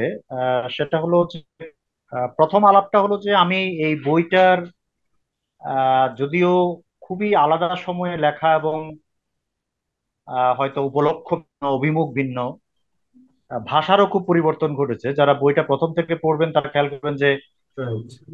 পরের দিকের ভাষার মধ্যে কাঠিন্যের ব্যাপারটা যেটাকে আমরা বলতে পারি, সেটা অন্তত কিছুটা কমেছে। এ ধরনের পরিবর্তন ঘটেছে, কিন্তু এই ভিন্নতা সত্ত্বেও একটা ব্যাপারে আমি নিশ্চিত যে এটা একটা বই হিসেবে শেষ পর্যন্ত দাঁড়িয়েছে। তার দাঁড়ানোর অনেকগুলো কারণ আছে। একটা কারণ তো হলো এই যে এখানে একটা পদ্ধতিগত সাম্য আছে। দ্বিতীয় কারণ হলো এখানে একটা অ্যাপিস্টেমোলজিক্যাল সাম্য আছে আসলে। যে ভঙ্গিতে তিনি ব্যাপারগুলো দেখেছেন, যে পদ্ধতিতে দেখেছেন, যে কলা কৌশল অবলম্বন করেছেন, এমনকি যে পরিভাষা ব্যবহার করেছেন, সেই পরিভাষার পেছনে ক্রিয়ারত যে টোন কিংবা যেই আকাঙ্ক্ষা, সেই ব্যাপারগুলোর মধ্যে কিন্তু বেশ ভালো রকম সাযুজ্য আছে, ঐক্য আছে। ফলে বই হিসেবে আমি এই এই বইটাকে কতগুলো বিচ্ছিন্ন অধ্যায়ের সমষ্টি বলতে পুরোপুরি সম্মত নই। আমার মনে হয় যে অনেকগুলো ব্যাপার আছে। যেটা হতে পারতো সেটা হলো যে ভূমিকাটা একটু লম্বা হতে পারতো। সেই ভূমিকার মধ্যে এই ব্যাপারগুলো আসতে পারতো যে কিভাবে এটা শেষ পর্যন্ত পরস্পর আহ, অন্তর্নিহিত ঐক্যের মধ্য দিয়ে একটা বইয়ের আকার ধারণ করছে। সেটা ভূমিকায় যদি একটু বড়ভাবে আসতো, তাহলে আরো অনেক বড় কাজ হতো বইয়ের পক্ষে। আহ একটা ব্যাপার আছে খুব ইম্পর্টেন্ট এই বইয়ের ক্ষেত্রে এবং মানুষদার লেখার ক্ষেত্রে। লেখা ইদানিং ছাপছি এবং আগে পড়েছি। তার লেখার ক্ষেত্রে আমার আরেকটা গুরুত্বপূর্ণ ব্যাপার হলো যে তিনি খুবই ডিসিপ্লিনারি। এটা আমার কাছে খুবই গুরুত্বপূর্ণ ব্যাপার, যে তিনি ডিসিপ্লিনের আওতার মধ্যে লেখেন, এমনকি যখন ছাড়িয়ে যান যখন তিনি ডিসিপ্লিনের সীমাকে ভেঙে চুরে একে প্রসারিত করতে চান, দাবি করেন যে এই ডিসিপ্লিনের এই সীমাটা এইটুকু কাভার করতে মোটেই সম্মত নয় কিংবা সক্ষমও নয়, তখনও তিনি আসলে ডিসিপ্লিনের মধ্যেই থাকেন। আমার এখানে এই বইতে তালাল আসাদের রেফারেন্স আছে কিছু, এবং আমরা জানি যে, ঢাকায় মানস চৌধুরীরা, রেনুমা আহমেদরা তালাল আসাদের চর্চা নিবিষ্টভাবে করেছেন একসময়, পরেও। এবং এই দিক থেকে নৃবিজ্ঞান শাস্ত্রের সমালোচনা এবং সেটাকে ছাড়িয়ে যাওয়ার এই আকাঙ্ক্ষার দিক থেকে তালাল আসাদের সঙ্গে বঙ্গত একটা মিল কিন্তু এই বইয়ের আছে, আপনি অনেকগুলো এটা কি প্রবন্ধের মধ্যে। অর্থে বললেন? অনেকগুলো প্রবন্ধের মধ্যে আছে। কোনটা? এই যে তালাল আসাদের রেহনুমা, সেই সব ভঙ্গিমার সঙ্গে না, ওই এটা একটা খুব ওনার খুব মিল এবং তামিল করা। তালাল আসাদের এটা খুব পুনরাবৃত্ত দাবি। তালাল আসাদের এটা খুবই পুনরাবৃত্ত একদম প্রথম থেকে, যে তিনি অলওয়েজ অ্যানথ্রোপোলজির যে বর্তমানতা, তার যে সীমা এটা মানুষ পরিসীমা, সঙ্গে কোথায় মিললো? ওই যে মিল হলো যে মানুষ চৌধুরী বিচিত্র সময়ে খোদ অ্যানথ্রোপোলজির যে কর্মকাণ্ড, তার যে সীমা, তার যে পরিসর নিয়ে প্রশ্ন তুলেছেন, এটা নিয়ে প্রশ্ন তুলেছেন, এটা তো কিন্তু সরকার, বিনয় ঘোষ, বদরুদ্দীন উমর, এইসব লোকেরা এই পদ্ধতিতেই কাজ করছে। তারা একটা ডিসিপ্লিনে একটা আমি আমি অ্যানথ্রোপোলজি আমি সিস্টেমে অ্যানথ্রোপোলজির করা কথা নাই। বলছি। তারা আমি প্রকৃতির অ্যানথ্রোপোলজির যে কথা বলছি। জাজ্জল্যমান ফিনোমেনগুলোকে ব্যাখ্যা করছে, হ্যাঁ, ফারুক উনিও আসিফ, আমি সেটা করছে। আমি ফারুক আসিফ, আমি পার্টিকুলারলি অ্যানথ্রোপোলজির কথা বলছি, এই জন্য তার তাতে কি আসাদের কথা হলো? বলছি। আমি অ্যানথ্রোপোলজির ওনার কথা বলছি। সব পদ্ধতি তো এইসব তালালাসদ্দীয় বা রেনুমার পদ্ধতিটা বা কি, যেটা না, আপনি বললেন? Faruk, let me finish. আমি বলতে চাচ্ছি যে আমি পার্টিকুলারলি এই পয়েন্টটাকে জোর দিচ্ছি এই জন্য, এই বইয়ের প্রথম লাইন থেকে শেষ লাইন পর্যন্ত একটা অ্যানথ্রোপোলজির বই। আমি এই কথাটা জোর দিচ্ছি বলেই আমি পরের কথাটা বললাম, যে এমনকি তিনি যখন অ্যানথ্রোপোলজিকে ছাড়িয়ে যেতে চান, তখনও তিনি সেটা একজন অ্যানথ্রোপোলজিস্ট হিসেবেই করেন। তিনি সামাজিক বিজ্ঞানের বরাত দেন, কিন্তু সামাজিক বিজ্ঞানের ওই অংশটাই তার অপেক্ষাকৃত বা আলোচ্য কিংবা তার নির্ভরতা, যে অংশটাকে আমরা অ্যানথ্রোপোলজি নামে চিনি, এটার বরাত একদম প্রথম লেখা থেকে শেষ লেখা পর্যন্ত আছে, এবং কোনো লেখায় আসলে এমন নাই যেটা আমি এই বরাতের মধ্যে পড়তে পারি না। এটার মধ্যে কনফাইন নয়, আমি কিন্তু এই আসলে বরাতের মধ্যে মানে, পড়তে পারি। যেহেতু আমরা এখানে বহিরাগ, এখানে ওনার বই ওনার বিষয় নিয়ে আলোচনা হচ্ছে, আমার এই বিষয়ে আলোচনা করতে চাই না। সেটা হচ্ছে যে অ্যানথ্রোপোলজির ব্যাপারে আলাদা কোনো সিস্টেম আছে না, চিন্তা পদ্ধতি বা আলোচনা করার? হ্যাঁ, আছে আছে আছে আছে, চূড়ান্ত ভাবে আছে। অবশ্যই অ্যানথ্রোপোলজির যে জিনিওলজি আছে, তার মূল কতগুলো পজিশন আছে, পয়েন্ট আছে, ইতিহাস আছে, বিবর্তন আছে, প্রশ্ন তোলা হয়েছে, সেগুলোকে ওভারকাম করা হয়েছে, সীমানা বাড়ানো হয়েছে। ডেফিনেটলি অ্যানথ্রোপোলজি ডিসিপ্লিন হিসেবে যেহেতু 50, 60, 70 বছর ধরে তো ব্যাপকভাবে চর্চিত হয়, ডেফিনেটলি অ্যানথ্রোপোলজির সেই পদ্ধতি আছে, এবং তার জ্ঞান তত্ত্ব আছে, এবং সে কি কি পরিসর নিয়ে কাজ করবে সেগুলোর মোটা দাগে চর্চার মধ্য দিয়ে একটা ডেফিনেটলি সিলসিলা হয়েছে। আমি এই বইটার বরং বেশি গুরুত্বপূর্ণ মনে করি আমি, যে এই বইটা ওই শাস্ত্রীয় পদ্ধতি মান্য করেছে, এবং যেখানে মান্য করেনি সেখানে তার কারণ দর্শিয়েছে, এবং সেটাও আসলে শাস্ত্রীয় আলোচনার মধ্যেই পড়ে, শাস্ত্রীয় আলোচনার সিলসিলার মধ্যেই পড়ে। আচ্ছা এখান আচ্ছা। থেকে আমি আসলে যেই কথাটা তুলতে চাই সেটা হলো ভাষা সংক্রান্ত যে আলাপটা হয়েছে। আমার মনে হয় যে এই আলাপটা আমাদের একটু বেশি হতে পারতো। আমরা জানি যে আমাদের এখানে ভাষার যে সংহিতায়িত রূপ, এটা সিক্সটিজে লিটারেচার বা সাহিত্য প্রাঙ্গণ থেকে একটা অংশ করেছে, এবং সেটা আমরা সবাই জানি যে 60-এর দশকে সুধীন দত্তের ঘোষিত প্রণোদনায়, মানে ঘোষিতভাবে সুধীন দত্তের প্রণোদনায় কণ্ঠস্বর পত্রিকা এটা করেছে, এবং 1974 সালে তারা যে বর্তমান ধারার প্রবন্ধ নামে সংকলন প্রকাশ করেছে, সেই সংকলনে আব্দুল্লাহ আবু সাইদ ভূমিকায় পরিষ্কার করে সেটা বলেছেন। এবং বাংলা বিভাগের লোকরা এটার সঙ্গে খানিকটা বেশি পরিচিত, কারণ ওই তালিকায় বাংলা বিভাগের একজন প্রভাবশালী অধ্যাপক ছিলেন সৈয়দ আকরম হোসেন।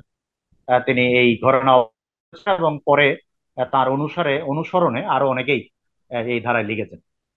আহ, আপনি তো সেই আহ, ভাষায় বলতেছেন কথাটা। হ্যাঁ, নো প্রবলেম, সেটাকে তো আমি না করছি না। সেটা লিখেছেন, এটা হলো একটা, আমার ধারণা বোরহানুদ্দিন খান জাহাঙ্গীরের চর্চার মধ্যে এই ব্যাপারটা আহ, ওই সময় থেকে, ওই ধারা থেকে এসেছে আমার একটা আন্দাজ। আমি এটা একদম হুবহু তথ্য প্রমাণ দিয়ে এখনো বলতে এই পারবো না, জন্য কিন্তু আমি আর কথা পারবো না, আমার মনে হয় এখন মানুষদার কথা নানান পরিপ্রেক্ষিতে আমার মনে হয় যে বোরহান জাহাঙ্গীরের এই চর্চার ধারাটা ওটার সঙ্গে সম্পর্কিত।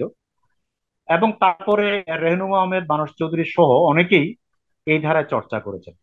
না। এই ভাষা আমার আমার পছন্দ না, এবং ওনার বই পড়তে আমার অসুবিধা হয় কি একটা জায়গায়।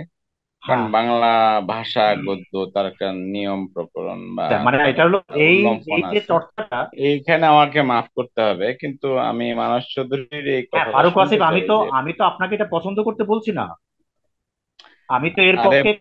বলতেছি না, আমি মানুষদাকে এটা বলতেছি। হ্যাঁ ঠিক আছে, আমি কোনো প্রকার জাজমেন্টাল আলাপ তো করছি না। আমি জাস্ট বলছি যে এটার যে একটা ঘটনা ঘটলো আমাদের এখানে সিক্সটিজ থেকে, সেটার একটা নানান ধরনের তত্ত্ব তালাশের স্কোপ রয়ে গেছে। আমি হ্যাঁ, যেটা সন্দেহ করি একদম একদম। যে বোরহানুদ্দিন জাহাঙ্গীর যখন বাংলায় একাডেমিক জার্নাল অত্যন্ত নিষ্ঠার সঙ্গে প্রকাশ করেছেন দীর্ঘদিন ধরে, তখন তার একাডেমিক চর্চার সঙ্গে ওই ভাষা বোধ কিংবা ভাষা চর্চার যে 60-এর দশকের ইতিহাস, সে দুটো কোথাও বোধহয় একাকার হয়েছে।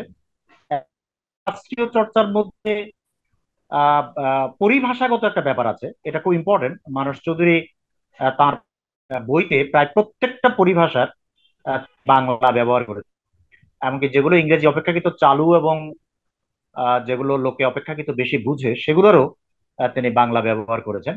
এই যে বাংলা ব্যবহার করা সে, এবং সেই বাংলার তালাশের ক্ষেত্রে, সেই বাংলার বা খোঁজাখুঁজি করে সেটা নির্দিষ্ট করার ক্ষেত্রে একটা সংস্কৃতায়িত ভঙ্গির যে একটা প্রবলতা, প্রবণতা, এটা আমরা দেখতে পাচ্ছি এই পুরো স্কুলের মধ্যে। আপনার নিজের ভাষা অনেক আহ, সংস্কৃত হয়তো আজম। সেটা সেটা আমার মনে আপনার হয় যে পাণ্ডিত্য এইটার উপর দাঁড়ায় আছে। ঠিক আছে, মানে এটার সঙ্গে, ব্যাপারটার সঙ্গে পরিভাষাগত বা শাস্ত্রীয় চর্চার কোনো সম্পর্ক আছে কিনা, এটাও আমাদের সব খুঁজে বের করা দরকার। কারণ এই প্রশ্নটা আমার জন্য খুব ইম্পর্টেন্ট, কারণ আমি দীর্ঘদিন ধরে এই খুবই অভাব বোধ করছি যে আমাদের এখানে বাংলায় শাস্ত্রীয় চর্চা এক প্রকার প্রায় নাই হয়ে গেছে। আমাদের বাংলা বিভাগের লোকরা শুধু লেখে, অন্য বিভাগের লোকরা ডিসিপ্লিনারি লেখাপত্র বাংলায় আপনার লিখছে। বাংলাও তো সংস্কৃতায়, তো আপনি হ্যাঁ, মানে হতে পারে, সেটা সেটাও হতে পারে, সেটা অসম্ভব সব নয়। কথা কি বলা যাবে না বলা যাবে না?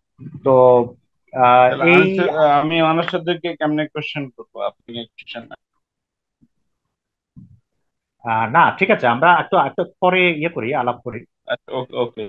পরে আছে। তো এইটা প্রশ্ন আকারে এই এই গদ্য মানস চৌধুরী যে গদ্য সম্পর্কে আলাপ হয় বা সবসময় হয় কিংবা আজকেও হলো, সেই গদ্য সম্পর্কিত এই দুটো প্রশ্ন, সার্থক বোরহান দিকে জাহাঙ্গীর হয়ে যে একটা সিলসিলা, একটা হলো যে একাডেমিক লেখাপত্র, শাস্ত্রীয় লেখাপত্র বাংলায় লেখা এবং ভাষা সামলানোর যে ব্যাপার, পরিভাষা আমরা কোন বাংলায় করব, কিভাবে করব, ইংরেজি রাখবো কিনা, এই দুটো আলাপ আমার মনে হয় আমাদের এখানে খুবই জরুরি হয়ে এটা আছে। আসলে অনেক ভালো আলাপ বলছেন, যেটা আমি মানুষদের যে মানে অনেক আমি একটু বলি আজম ভাই, হ্যাঁ হ্যাঁ বলতে হ্যাঁ বলবো। হ্যাঁ বলেন। যেমন মানুষদের বই পড়তে কষ্ট হয় এই কিন্তু ফারুক চিন্তা। ভাই, আজম ভাই শেষ করুক, আজম ভাই শেষ করুক, তারপরে আজম ভাই তো এগিয়ে অনেকক্ষণ যাবো। বলছে নাকি? না না, এটা শেষ করুক, তারপরে আমরা, আমার অসুবিধা নেই, আমাদের টাইম তো সমস্যা নেই, আমরা তো ঠিক সারা আছে। রাত আলাপ করতে পারবো, অসুবিধা নেই। না ঠিক এই ফারুক আসিফ, আমি একটু সময় নিচ্ছি কারণ আমাদের একজন আলোচক অ্যাবসেন্ট ছিলেন এবং আপনারাও কম বলেছেন, সেজন্য একটু সময় নিচ্ছি, এই অন্য কোনো ব্যাপার না। ওকে ওকে ওকে ওকে, ঠিক আছে। আর আমি আমাদের এই ব্যাপারে আমি একটু প্রায় আমার পড়া থেকে নিশ্চিত বলতে চাই যে আমি এই বইয়ের জনসংস্কৃতি নামটা আহ, আহ, আমার দিক থেকে পাঠক হিসেবে আমি অনুমোদন করি এই জন্য যে আমি খেয়াল করেছি যে এই বইয়ের বেশিরভাগ লেখার মধ্যে আসলে মধ্যবিত্ত জনসংস্কৃতি থেকে যে পরিমাণ দূরবর্তী অবস্থানে আছে, সেই ব্যাপারটাকে ক্রিটিক করা হয়েছে বেশিরভাগ লেখাতে। এই প্রশ্ন আছে জনসংস্কৃতি থেকে কত দূর চলে গেছে, মানে ধরা যাক আমরা না, আমি পুরনো। জনসংস্কৃতির টার্মটাকেই চূড়ান্ত প্রবলেমেটিক মনে করছি। হ্যাঁ, ঠিক যেমন আছে। সর্বজনীন ফারুক আসিফ, ভোটাধিকার, এবং এটা এক কথায় একটু শেষ করে দিই, জনসংস্কৃতি বিষয় মানে 100 ভাগ বিরোধিতা। হ্যাঁ, ফারুক আসিফ, ঠিক আছে, আপনার বিরোধিতা নিচ্ছি আমরা, কিন্তু যারা এটা ব্যবহার করতে চায় তাদের ব্যবহার করার অধিকার থাকা উচিত, এবং আমি মানে ব্যবহার করতে এটা চাই। তাদের প্রতিষ্ঠিত করতে হবে। হ্যাঁ, ঠিক আছে, করতে হবে। আপনি আপনার মত। জনসংস্কৃতি বলে আপনি জন ভোটাধিকার, সার্বজনীন ভোটাধিকার, মার্কেট ইকোনমি, আপনারা কেমনে দাবি করেন যে জনসংস্কৃতি বলে একটা হোমোজেনাস সংস্কৃতি? আহ, ওকে, মানে আমরা বলছি যে আপনারা জনসংস্কৃতি। বুদ্ধিজীবী, আপনারা ইন্টেলেকচুয়াল, আপনারা ইউনিভার্সিটির অধ্যাপক, হাউ কাম ইউ এটা ঠিক মান আছে, না যে করেন? মানে আপনি যে প্রশ্নটা উত্থাপন করলেন, এই আমাদের মতো প্রশ্নটা। দেশে, আমাদের মতো দেশে যেখানে এই ফারুক আসিফ, অনেকগুলো আপনি স্টার্ট যে এই এই আপনি যে আগম প্রশ্নটা ভাই, উত্থাপন করলেন, আলাপটা আপনি সেই শেষ করেন। সেই প্রশ্নটা নিশ্চয়ই একটা দারুণ অভিমুখের জন্ম দেবে, সেটা আলোচনার জন্ম দেবে। কিন্তু জনসংস্কৃতি বলে কিছু জিনিস প্রতিষ্ঠিত আছে এবং কিছু জিনিস এই নাই, পদ্ধতিতে ব্যবহৃত নাই হয়। বলতে 1%ও দাম হ্যাঁ, দিব না এই question. No problem, no problem, এটা তাহলে কোনো আপনি একটু সমস্যা নাই। বলেন, মানে আপনার পজিশনটা আপনি বলেন। জানালেন, আপনার পজিশনটা আপনি জানালেন। তো জনসংস্কৃতির এই বইয়ের নাম হিসাবে আমি যেই জন্য ব্যাপারটাকে ইয়ে করতে চাই, সেটা এই definitely মানস চৌধুরীর এই লেখাপত্রের মধ্যে আহ, আগে যেভাবে এই প্রশ্নগুলো ডিল করা হতো, বিশেষ করে বামপন্থী রাজনৈতিক সিলসিলার মধ্যে, সেই ব্যাপারগুলো প্রত্যক্ষত অনুপস্থিত। কিন্তু বিপুল পরিমাণ লেখায় এটা দেখানো যাবে যে ওই ব্যাপারগুলো অনুমানের মধ্যে, আওতার মধ্যে এবং বিবেচনার মধ্যে রেখেই তিনি শব্দ সাজিয়েছেন। আমরা জনসংস্কৃতি একটা বলবো বামপন্থী টার্ম এবং এটা আমরা বলবো মার্কেটের টার্ম। আমরা বলবো যে পুরনো যে ভাষা, সেটা যখন পরিবর্তিত হচ্ছে নিউ লিবারাল মোমেন্টে,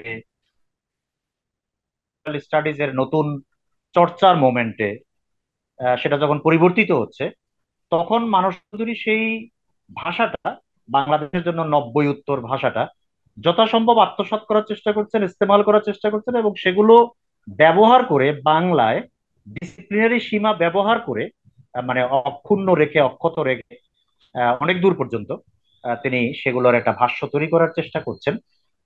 এই ব্যাপারটা এই লেখাগুলো পড়ার সময় খেয়াল না করে পারা যায় না। আর মানে এর আপনি কি সঙ্গে যে এটা যে বাংলায় এর সঙ্গে যে বাংলায় ডিসিপ্লিনারি চর্চার ব্যাপারটা খুবই জোরালোভাবে যুক্ত ছিল, সেটার তো এই বই প্রথম লেখার মধ্যে আছে, এবং সম্প্রতি তিনি এই বিষয়ে আরো দীর্ঘ আলোচনা করেছেন। আমাকে মিউট করছে, এই হোস্ট যদি মিউট করে এই আলোচনা আমি কেমনে থাকবো?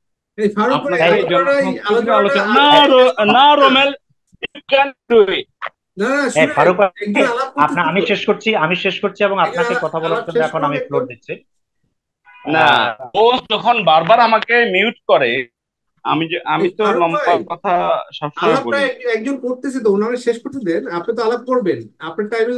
আমি লম্বা আপনার কথা টাইম বলি আছে নাই, তো। মাঝখানে কোশ্চেন করতেছি, এই আলোচনা আমার না আগ্রহ না, নাই, আপনার তোমার 20 জন্য মিনিট, আমি দিচ্ছি। না না, আপনার তো 20 মিনিট ছিল, বুঝছেন না, আলাপ তো শেষ করুক। আজম ভাই কয়েকটা পয়েন্ট শেষ করুক, আপনি তো আলাপ হ্যাঁ, করবেন। ঠিক আছে, আচ্ছা, আমরা আমরা মোটামুটি। আসিফ, তোমার আমাকে বলা দরকার ছিল, আমি আপনাকে আনমিউট করছি, মিউট হ্যাঁ, করছি।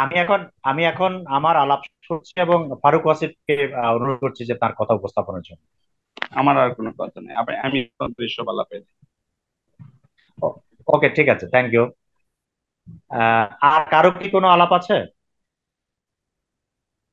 এখানে তো অনেকে আছে, কারো কারো প্রশ্ন থাকতে পারে, কেউ কি প্রশ্ন করবেন কোনো, বা মন্তব্য, বা কোনো প্রশ্ন যদি থাকে আলোচনার প্রেক্ষিতে। মিল্লাত হোসেন, আপনার মনে হয় কোনো আলাপ ছিল? মিল্লাত ভাই,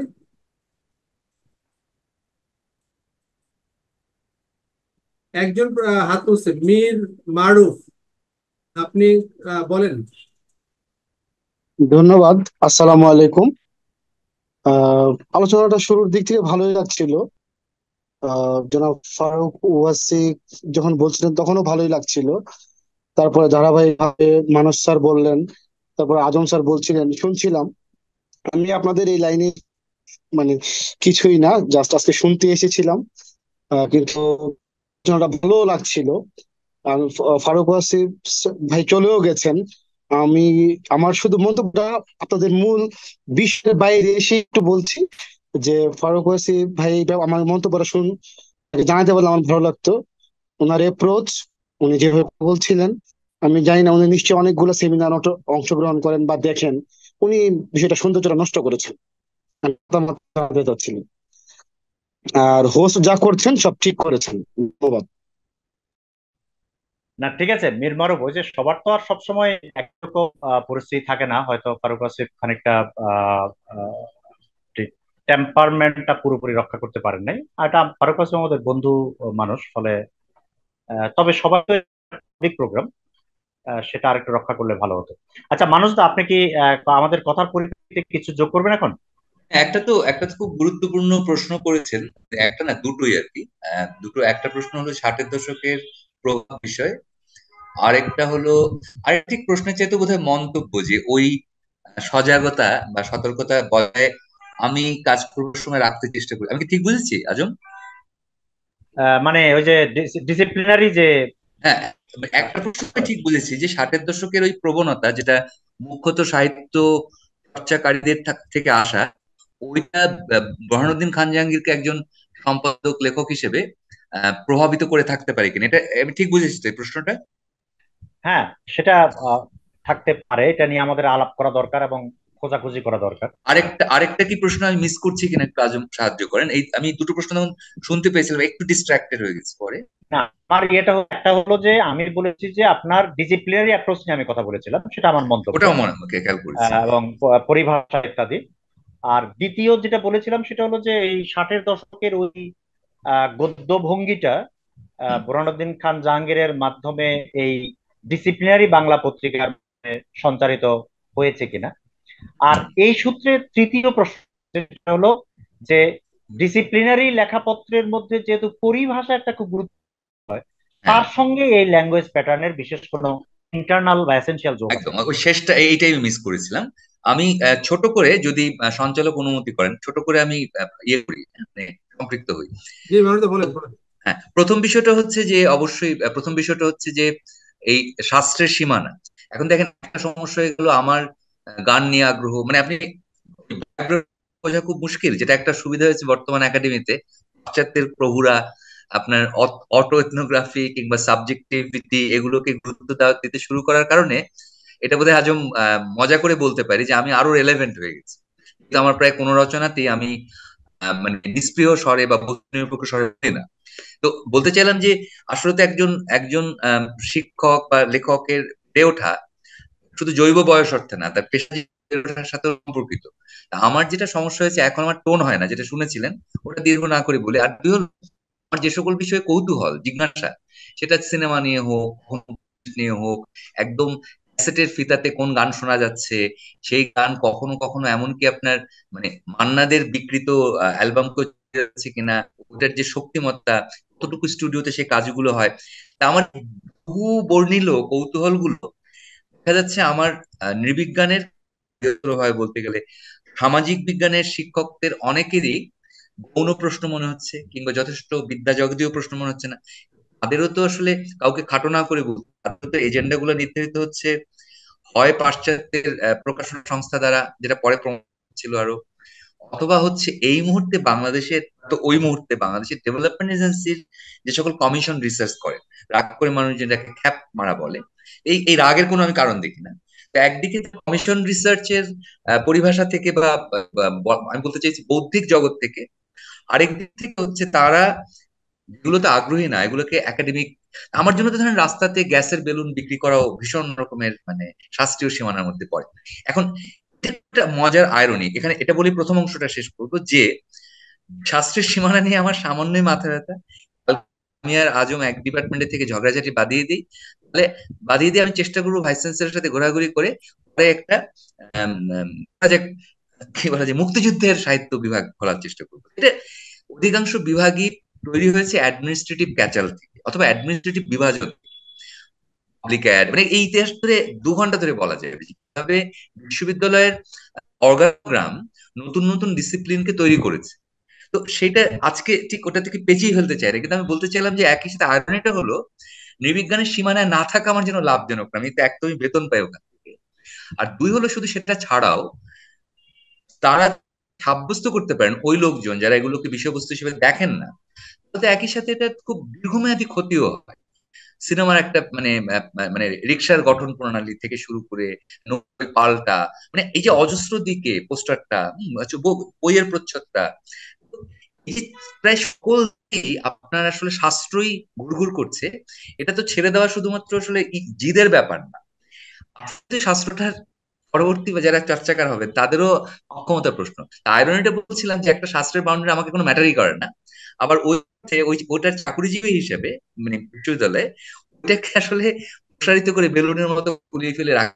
এইটা ছিল প্রথম দিকে, যেখানে হয়তো ওই অ্যাওয়ারনেসটা আপনি একজন সম্পাদক পাঠক হিসেবে খেয়াল করেছেন জার্নির মধ্যে, এবং ওই অ্যাওয়ারনেসটা আমার ছিল, মানে আমার ঘটে যায় নাই আর কি, যে আমার ছাড়া যাবে না এমন একটা জিনিস যে আমার ধরার দরকারই নাই, সেটা আসলে ছাড়া যাবে না কালের কথা ভাবলে।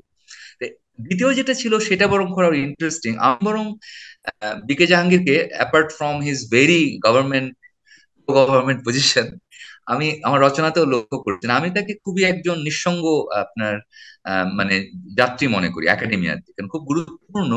তখন যারা খুব শক্তিশালী প্রবন্ধ রচনা করছিলেন, বদরুদ্দীন উমর অবশ্যই ইনক্লুডেড, তাদের আসলে অডিয়েন্স ছিল কিন্তু আসলে পার্টি লাইনার অডিয়েন্স।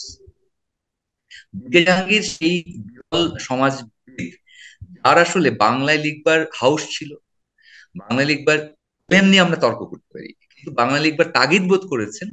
অর্থনীতিতে আপনি পাবেন মুজাফফর সাহেবকে, যদি খেয়াল করে দেখেন তাহলে এটা কিন্তু খুব একটা পরিস্থিতি যেখানে কিনা তার অনেক ছিল না, না সমাজতত্ত্ব যেটাকে সোশিওলজি বলি আমরা, না তার যে নিজের যে ডিসিপ্লিনে তিনি চাকরি করতেন রাষ্ট্রবিজ্ঞানে, না কারণ রাষ্ট্রবিজ্ঞানে কতগুলো বিএ ক্লাসের বই লেখা তার সেই তাগিদকে পূরণ করে না যেটা তিনি অনুসন্ধান করছিলেন। যে ডিসিপ্লিনটা তিনি কারিগর, জাহাঙ্গীরনগরে তাকে অ্যাসাইন করা হয়েছিল, এটা প্রায় বিলুপ্ত ইতিহাস একটা।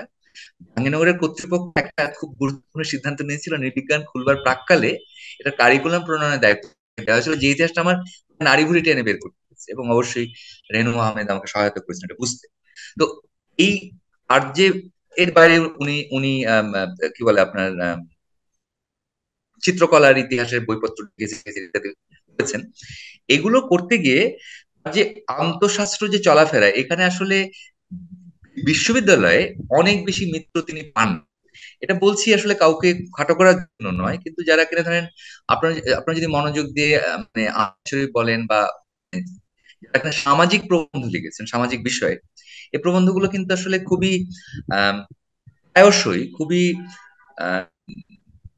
বলা যায় ঔচিত্য বোধ দ্বারা কতগুলো কমেন্টারি সমাজের কিভাবে চলতে হয়, অপসংস্কৃতি বিষয়ক আলোচনা উনি করেন নাই, এটা হয়তো সিরাজ স্যার করেছেন। মানে আমি অন্য একদিন মনোযোগ দেওয়া ছাড়া এরকম নাম উল্লেখ করে আর কথা বাড়াবো না।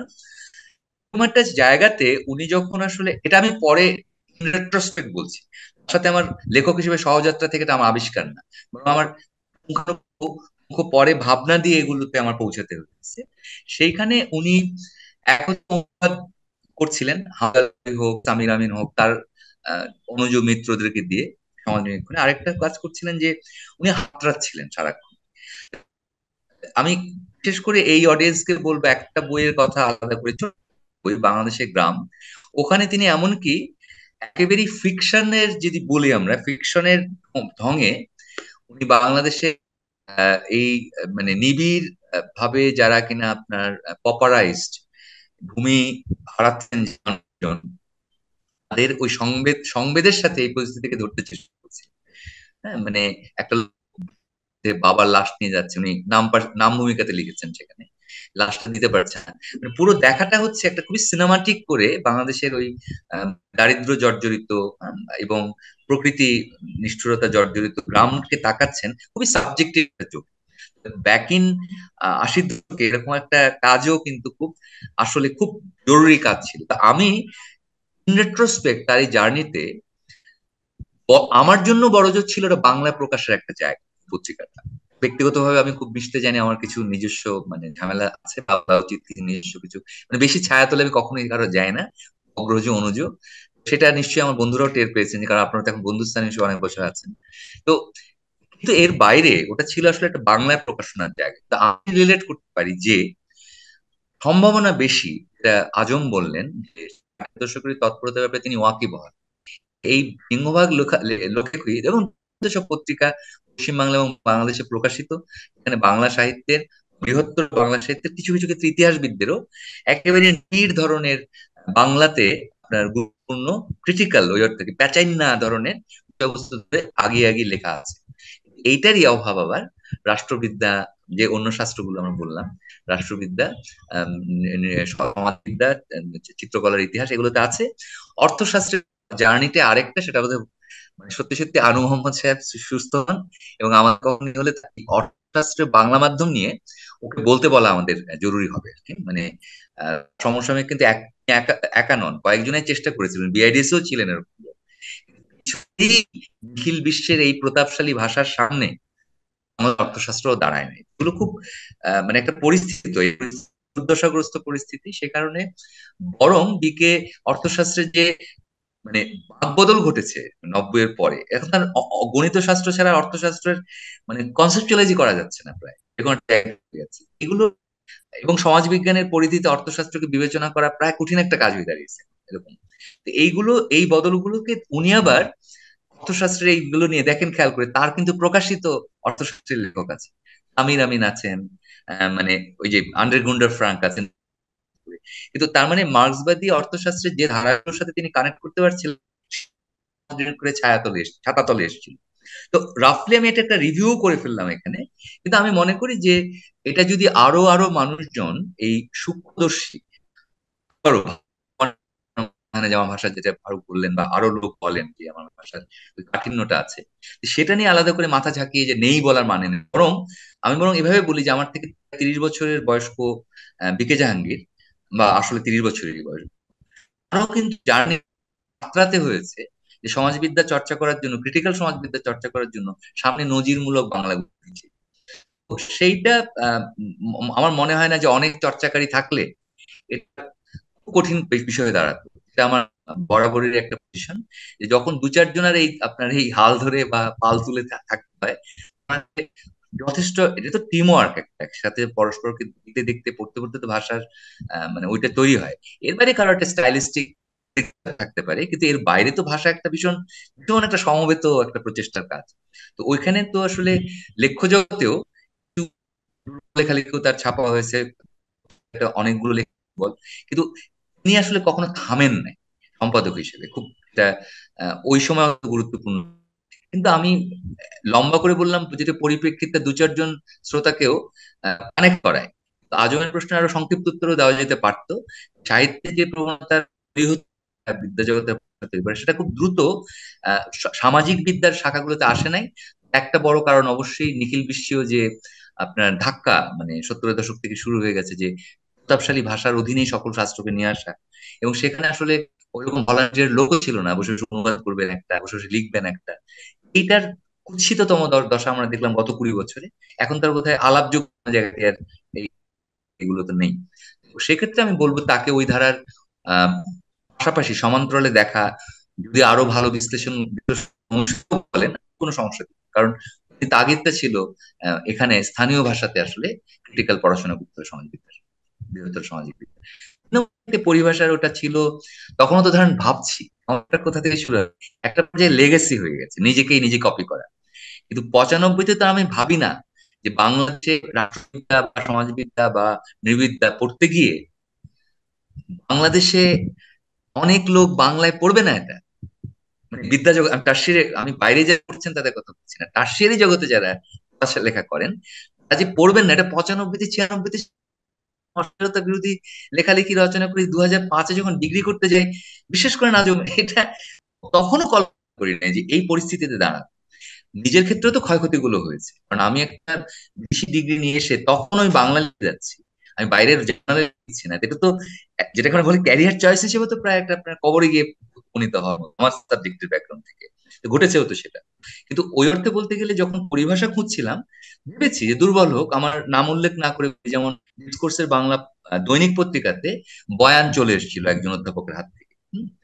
তো তখন তার ইমেল নেই যে তাকে একটা ইমেল করবো যে যদি প্লিজ আপনি এটা না করেন তাহলে সুবিধায় পরে ন্যারেটিভের বাংলা খুঁজে পাবেন। তো এবং ডিসকোর্স পাচ্ছি না, ঠিক মেনে নেই, বল যে আমি করিও নাই কখন। তো এই জায়গাগুলোতে যে পরস্পরের সাথে আরো যে সংযোগ হতে পারতো, সেরকম কোনো হাব ছিল না ঢাকাতে। বহু লোক সমাজ নিয়ে চলতে, সেটা আপনার ছাত্র জীবনে লক্ষ্য করার কথা। মানে সমাজ নিরীক্ষণ ঠিক ভাবে হোক না কেন, আমার ধারণা এটা মার্ক্সবাদী এবং নিউমার্ক্সবাদীদের পুরোনো একটা দ্বন্দ্ব আছে, যেটা আমি আমার রচনায় দেখেছি আর কি। পরে যেটা হয়েছে, তার হাব গুলো আরো অপসৃত হয়ে গেছে। কিন্তু সত্যি সত্যি শুরু করেছিলাম যখন, তখন মনে হয়েছিল যে ওই পারিপার্শ্বিক জগতে দুর্বলতর যদি পদক্ষেপও ফেলা হয়, এটা দরকার হবে এই জন্য একজন এর থেকে তো শক্তিশালী ভাষা এটা হতে পারে, তখন আমরাও সেটা গ্রহণ করতে পারবো, এটা চর্চার অংশই। তো সেটা যেহেতু পরে থাকে নাই, তখন এরকম একটা মানে ওই বন্যা মতো হয়ে থেকেছে কয়েকজনের প্রচেষ্টাটা। সেটা মহাজার সাহেব হন, উনি একাডেমিতে নন, বাড়া তিনি, মানে ওই অর্থে কিছু কাজে। তো সে কিন্তু আসলে কয়েকটা লোক, কতিপয় লোকের বিচ্ছিন্ন চর্চা হওয়ার কারণে এই পরিভাষার মনোযোগ ছিল, দুর্বলতর চেষ্টা হওয়া সত্ত্বেও পরিভাষার মনোযোগটা ছিল আসলে দীর্ঘমেয়াদী। বাংলাতে আমরা শাস্ত্রগুলো চর্চা করব এই স্বপ্ন থেকে তখন একটা আলগা মানে কিছু কাজও হয়েছে সেখানে ছিল। এই ছিল দীর্ঘ হয়ে গেল, কিন্তু আমি সবটাই ভেঙে বলার চেষ্টা করলাম। ওকে, আমাদের বোধহয় দুইজন হাত তুলেছে, রুমেল খেয়াল করেছো? হ্যাঁ, হ্যাঁ, হ্যাঁ, আব্দুল্লাহ ওনারা কিছু সিরাজি ভাই বলতে আগে ছিল। তুলছে। আব্দুল্লাহ সিরাজি ভাই প্রশ্ন করেন বা মন্তব্য করবেন বলেন। জি, আমি মন্তব্যই করতে চাচ্ছি বলতে পারেন। আমি আপনাদের এখানে যুক্ত হয়েছি আজকেই প্রথম। আর মূলত আমি আপনাদের অনেকটা ছাত্র তুল্যই, বিশেষ করে আজম সঙ্গে আমার ওনার লেখালেখি এবং ওনার বক্তৃতার সঙ্গে আমি পরিচিত।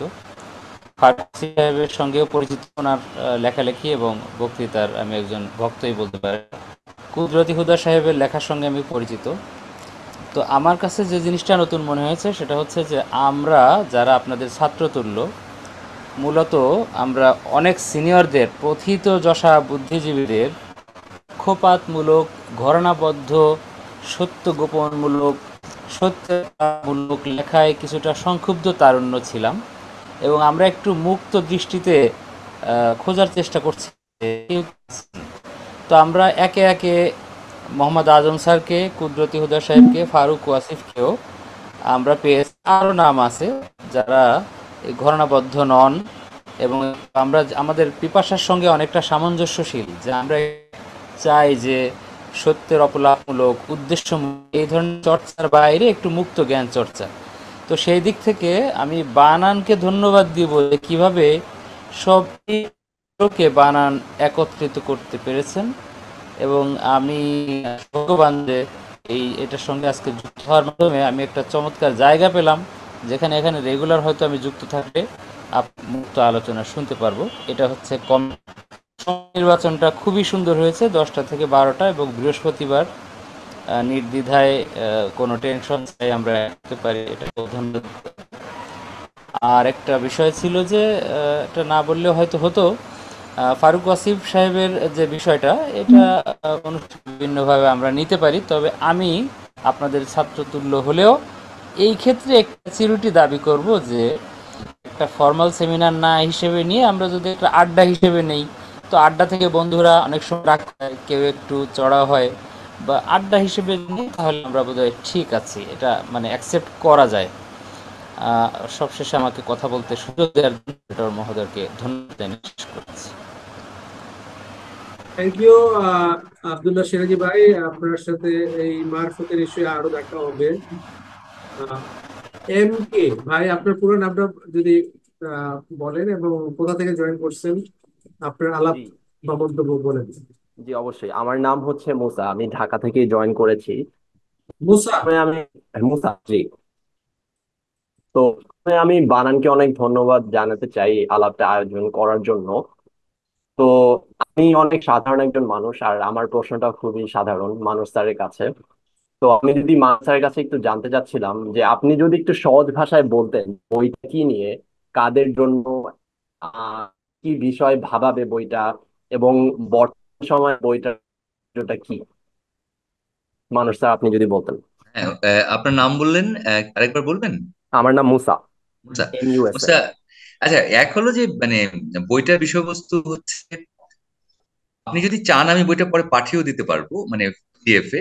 এর বিষয়বস্তু যদি ওই অর্থে বলি, আপনার কতগুলো সাংস্কৃতিক এলাকা, যেগুলোকে চলতি ভাষায় আমরা সংস্কৃতি বলি, মানে অ্যানথ্রোপোলজিস্টের বাইরে যদি সংস্কৃতি বলি, যেগুলো কিনা ধরেন হয় আহ কতগুলো নামও এসছে আলোচনাতে, শুনেছেন যে কখনো ইউনূস সাহেবের কর্মকাণ্ড নিয়ে আমার আগ্রহ ছিল না, উনি জনমানসে কত বড় তারক হিসেবে কত বড়, সেটা আমি যেমন পপুলার কালচারের অংশ হিসেবে দেখছিলাম।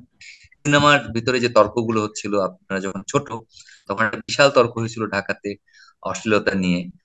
কখনো দেখা গেছে যে ধরেন আমি ওটাতে অ্যাড্রেস করেছি, কিন্তু অশ্লীলতা নিয়ে ঢাকাতে যে দুপক্ষ ছিলেন তখন, তাদের কেউ এটা মানে দেখছিলেন না যে আহ চলচ্চিত্র নিয়ে আলাপ করতে গেলে ওখানে একটা ইন্ডাস্ট্রি, ওখানে শ্রমিক আছেন, ডেইলি 200 টাকা মজুরিতে 100 টাকা তখন কাজ করেন, এবং তাদেরকে সারাদিন নাচানো হয়। মানে এই যে একটা ইন্ডাস্ট্রিকে যদি আপনার দেখতে হয়, মানে বলতে পারেন আমি ওইটা আশ্রয় নিচ্ছি, সেখানে সংস্কৃতি শব্দটা ব্যবহার করেছি বটে, কিন্তু যেখানে আবার আমার মিত্ররা শ্রম দেখেন নাই, সেখানে আমি দেখবার প্রয়াসী হয়েছে।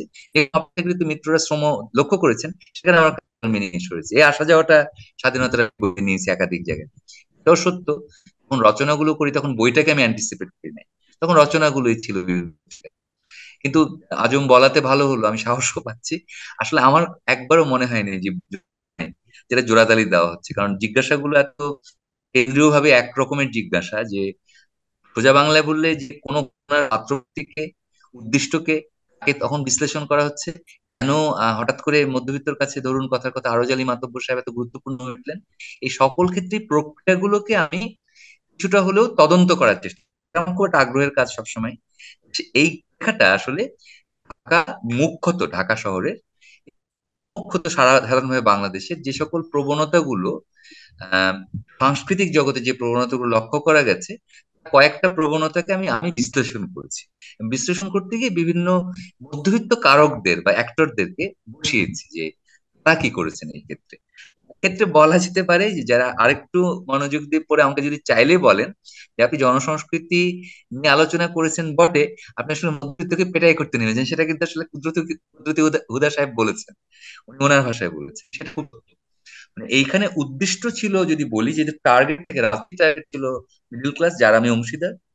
আর উসিলা ছিল, উপজীব্য ছিল হচ্ছে কালচারাল কতগুলো ইভেন্ট। এই বইটা কত এরকম 10-12টা প্রবন্ধের সমাহার। একটা জায়গাতেই হিসেবে নেওয়া হয়েছে ভুট্টাকে, যেটা বলেছেন রোমেল।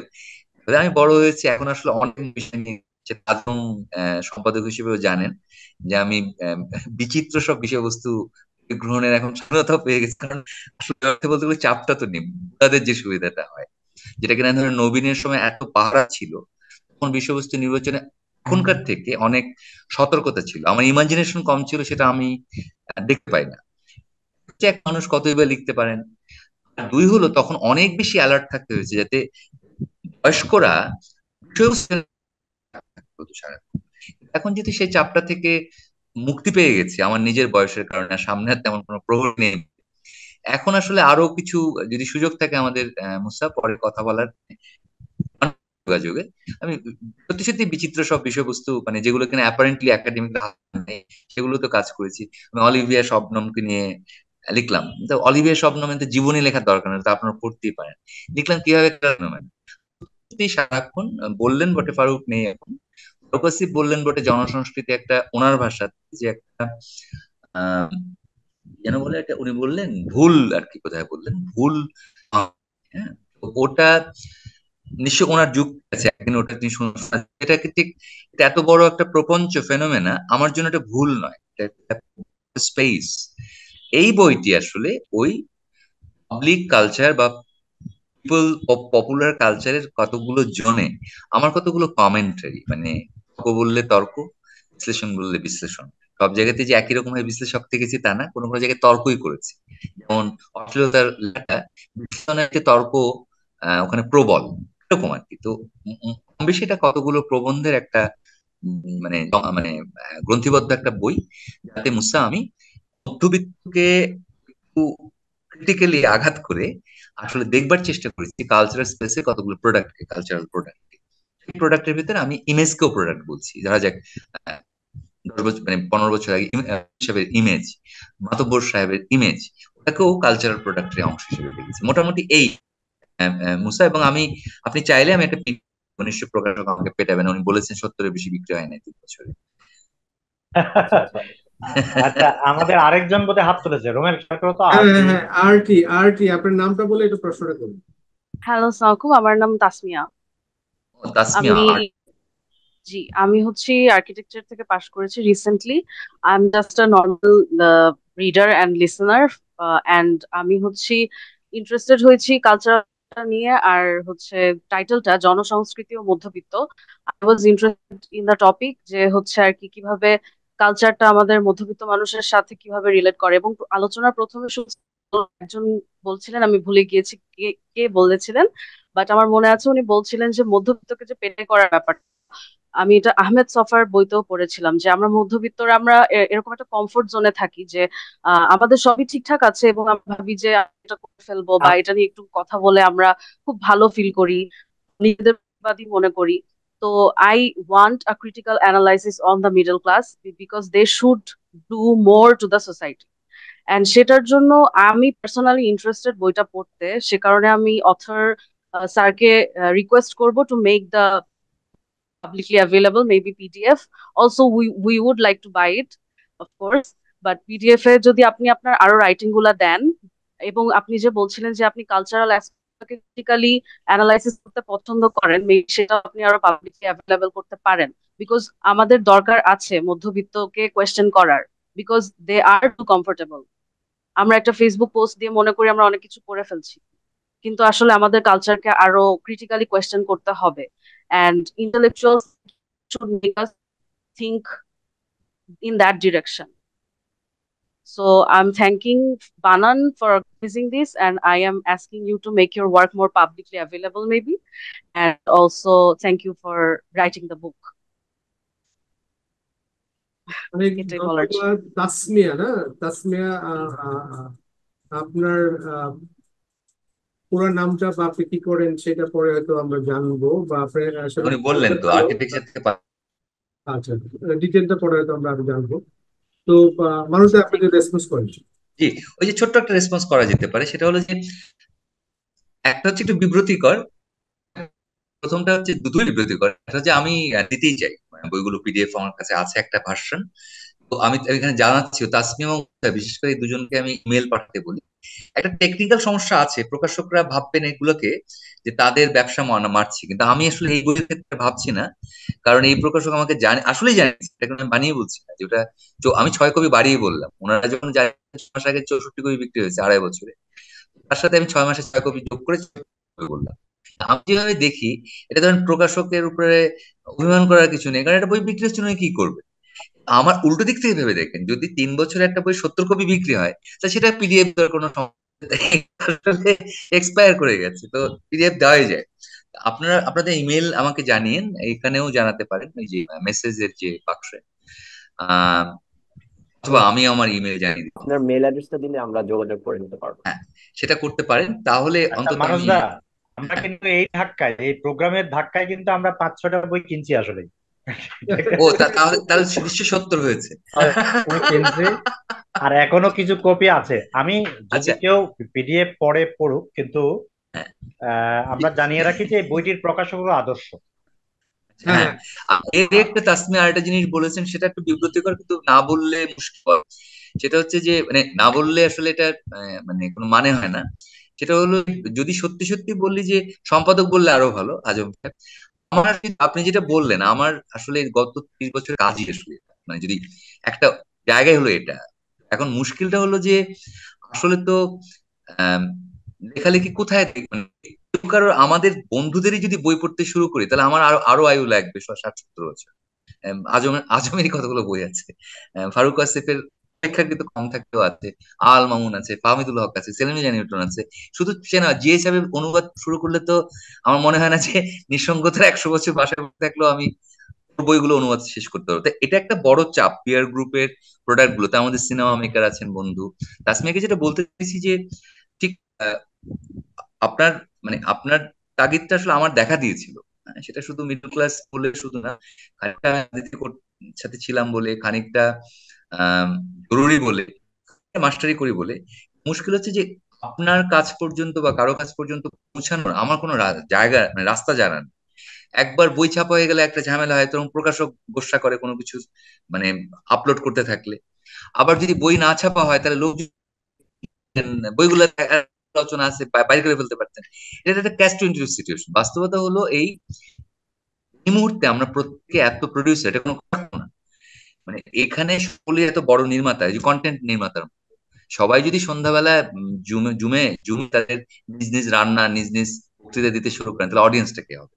একটা সংকট নতুন জায়গাতে গেছে। আমার কাজের ক্ষেত্রে যদি বলি, তাহলে দিলে আমি আসলে নিবিড় ভাবে এই কালচারাল স্পেস এবং মধ্যবিত্ত নিয়ে আসলে খাবারটা বলে গেছি এই বছরগুলো।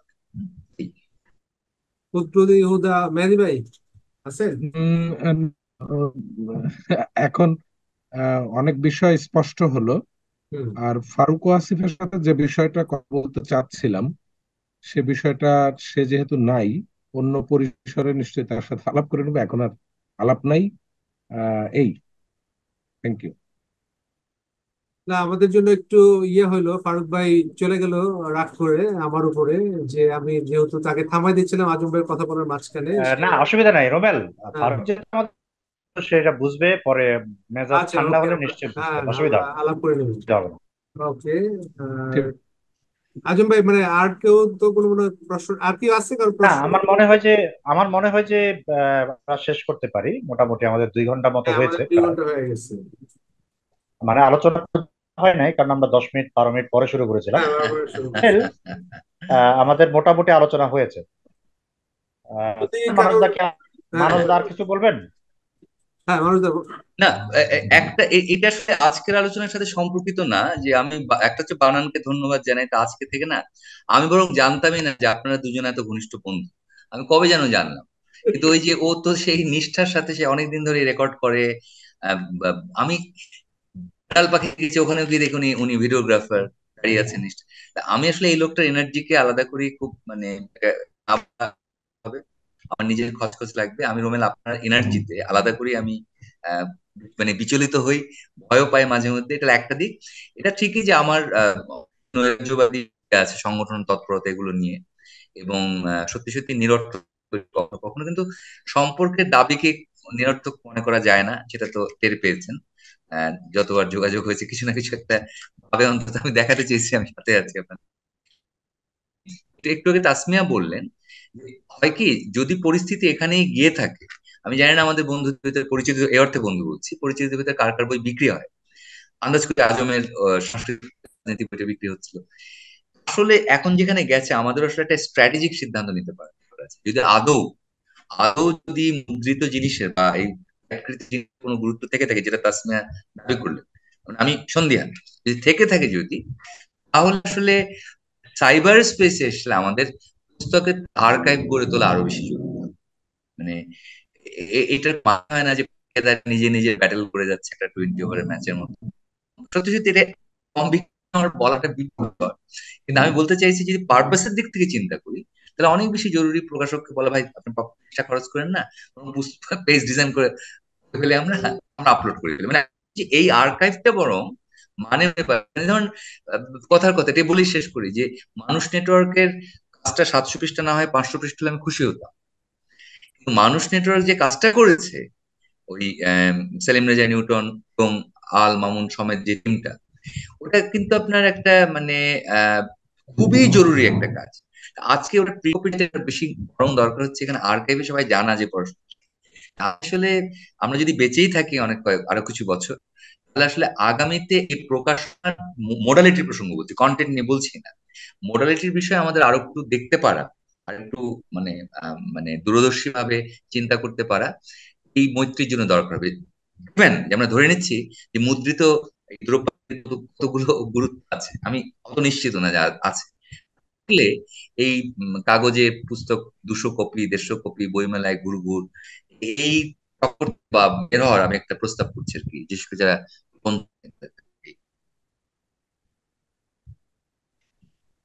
ওকে মানুষ দা। রমেশ, হ্যাঁ শেষ আজম ভাই। করতে পারো মনে হয়। হ্যাঁ, তাহলে আমরা শেষ করি যদি অন্য কারো কোনো কিছু না থাকে। অনেকে, সবাইকে ধন্যবাদ, অনেকে অনেকক্ষণ ধরে আমাদের এই আলাপ শুনছেন। ভবিষ্যতে আমি নিশ্চয়। একটা শেষ জিনিস জানতে চাচ্ছিলাম যে স্যার, আপনার বইটা পড়ে আপনার সাথে যদি আহ মানে পার্সোনালি মিট করে এটা নিয়ে আলাপ করা যেত, আপনি কি জাহাঙ্গীরনগর বিশ্ববিদ্যালয়ে রেগুলার যান এখন? জি, মানে ওটা করে খাই আমি, আচ্ছা খুবই আচ্ছা নিয়মিত আচ্ছা। যাই।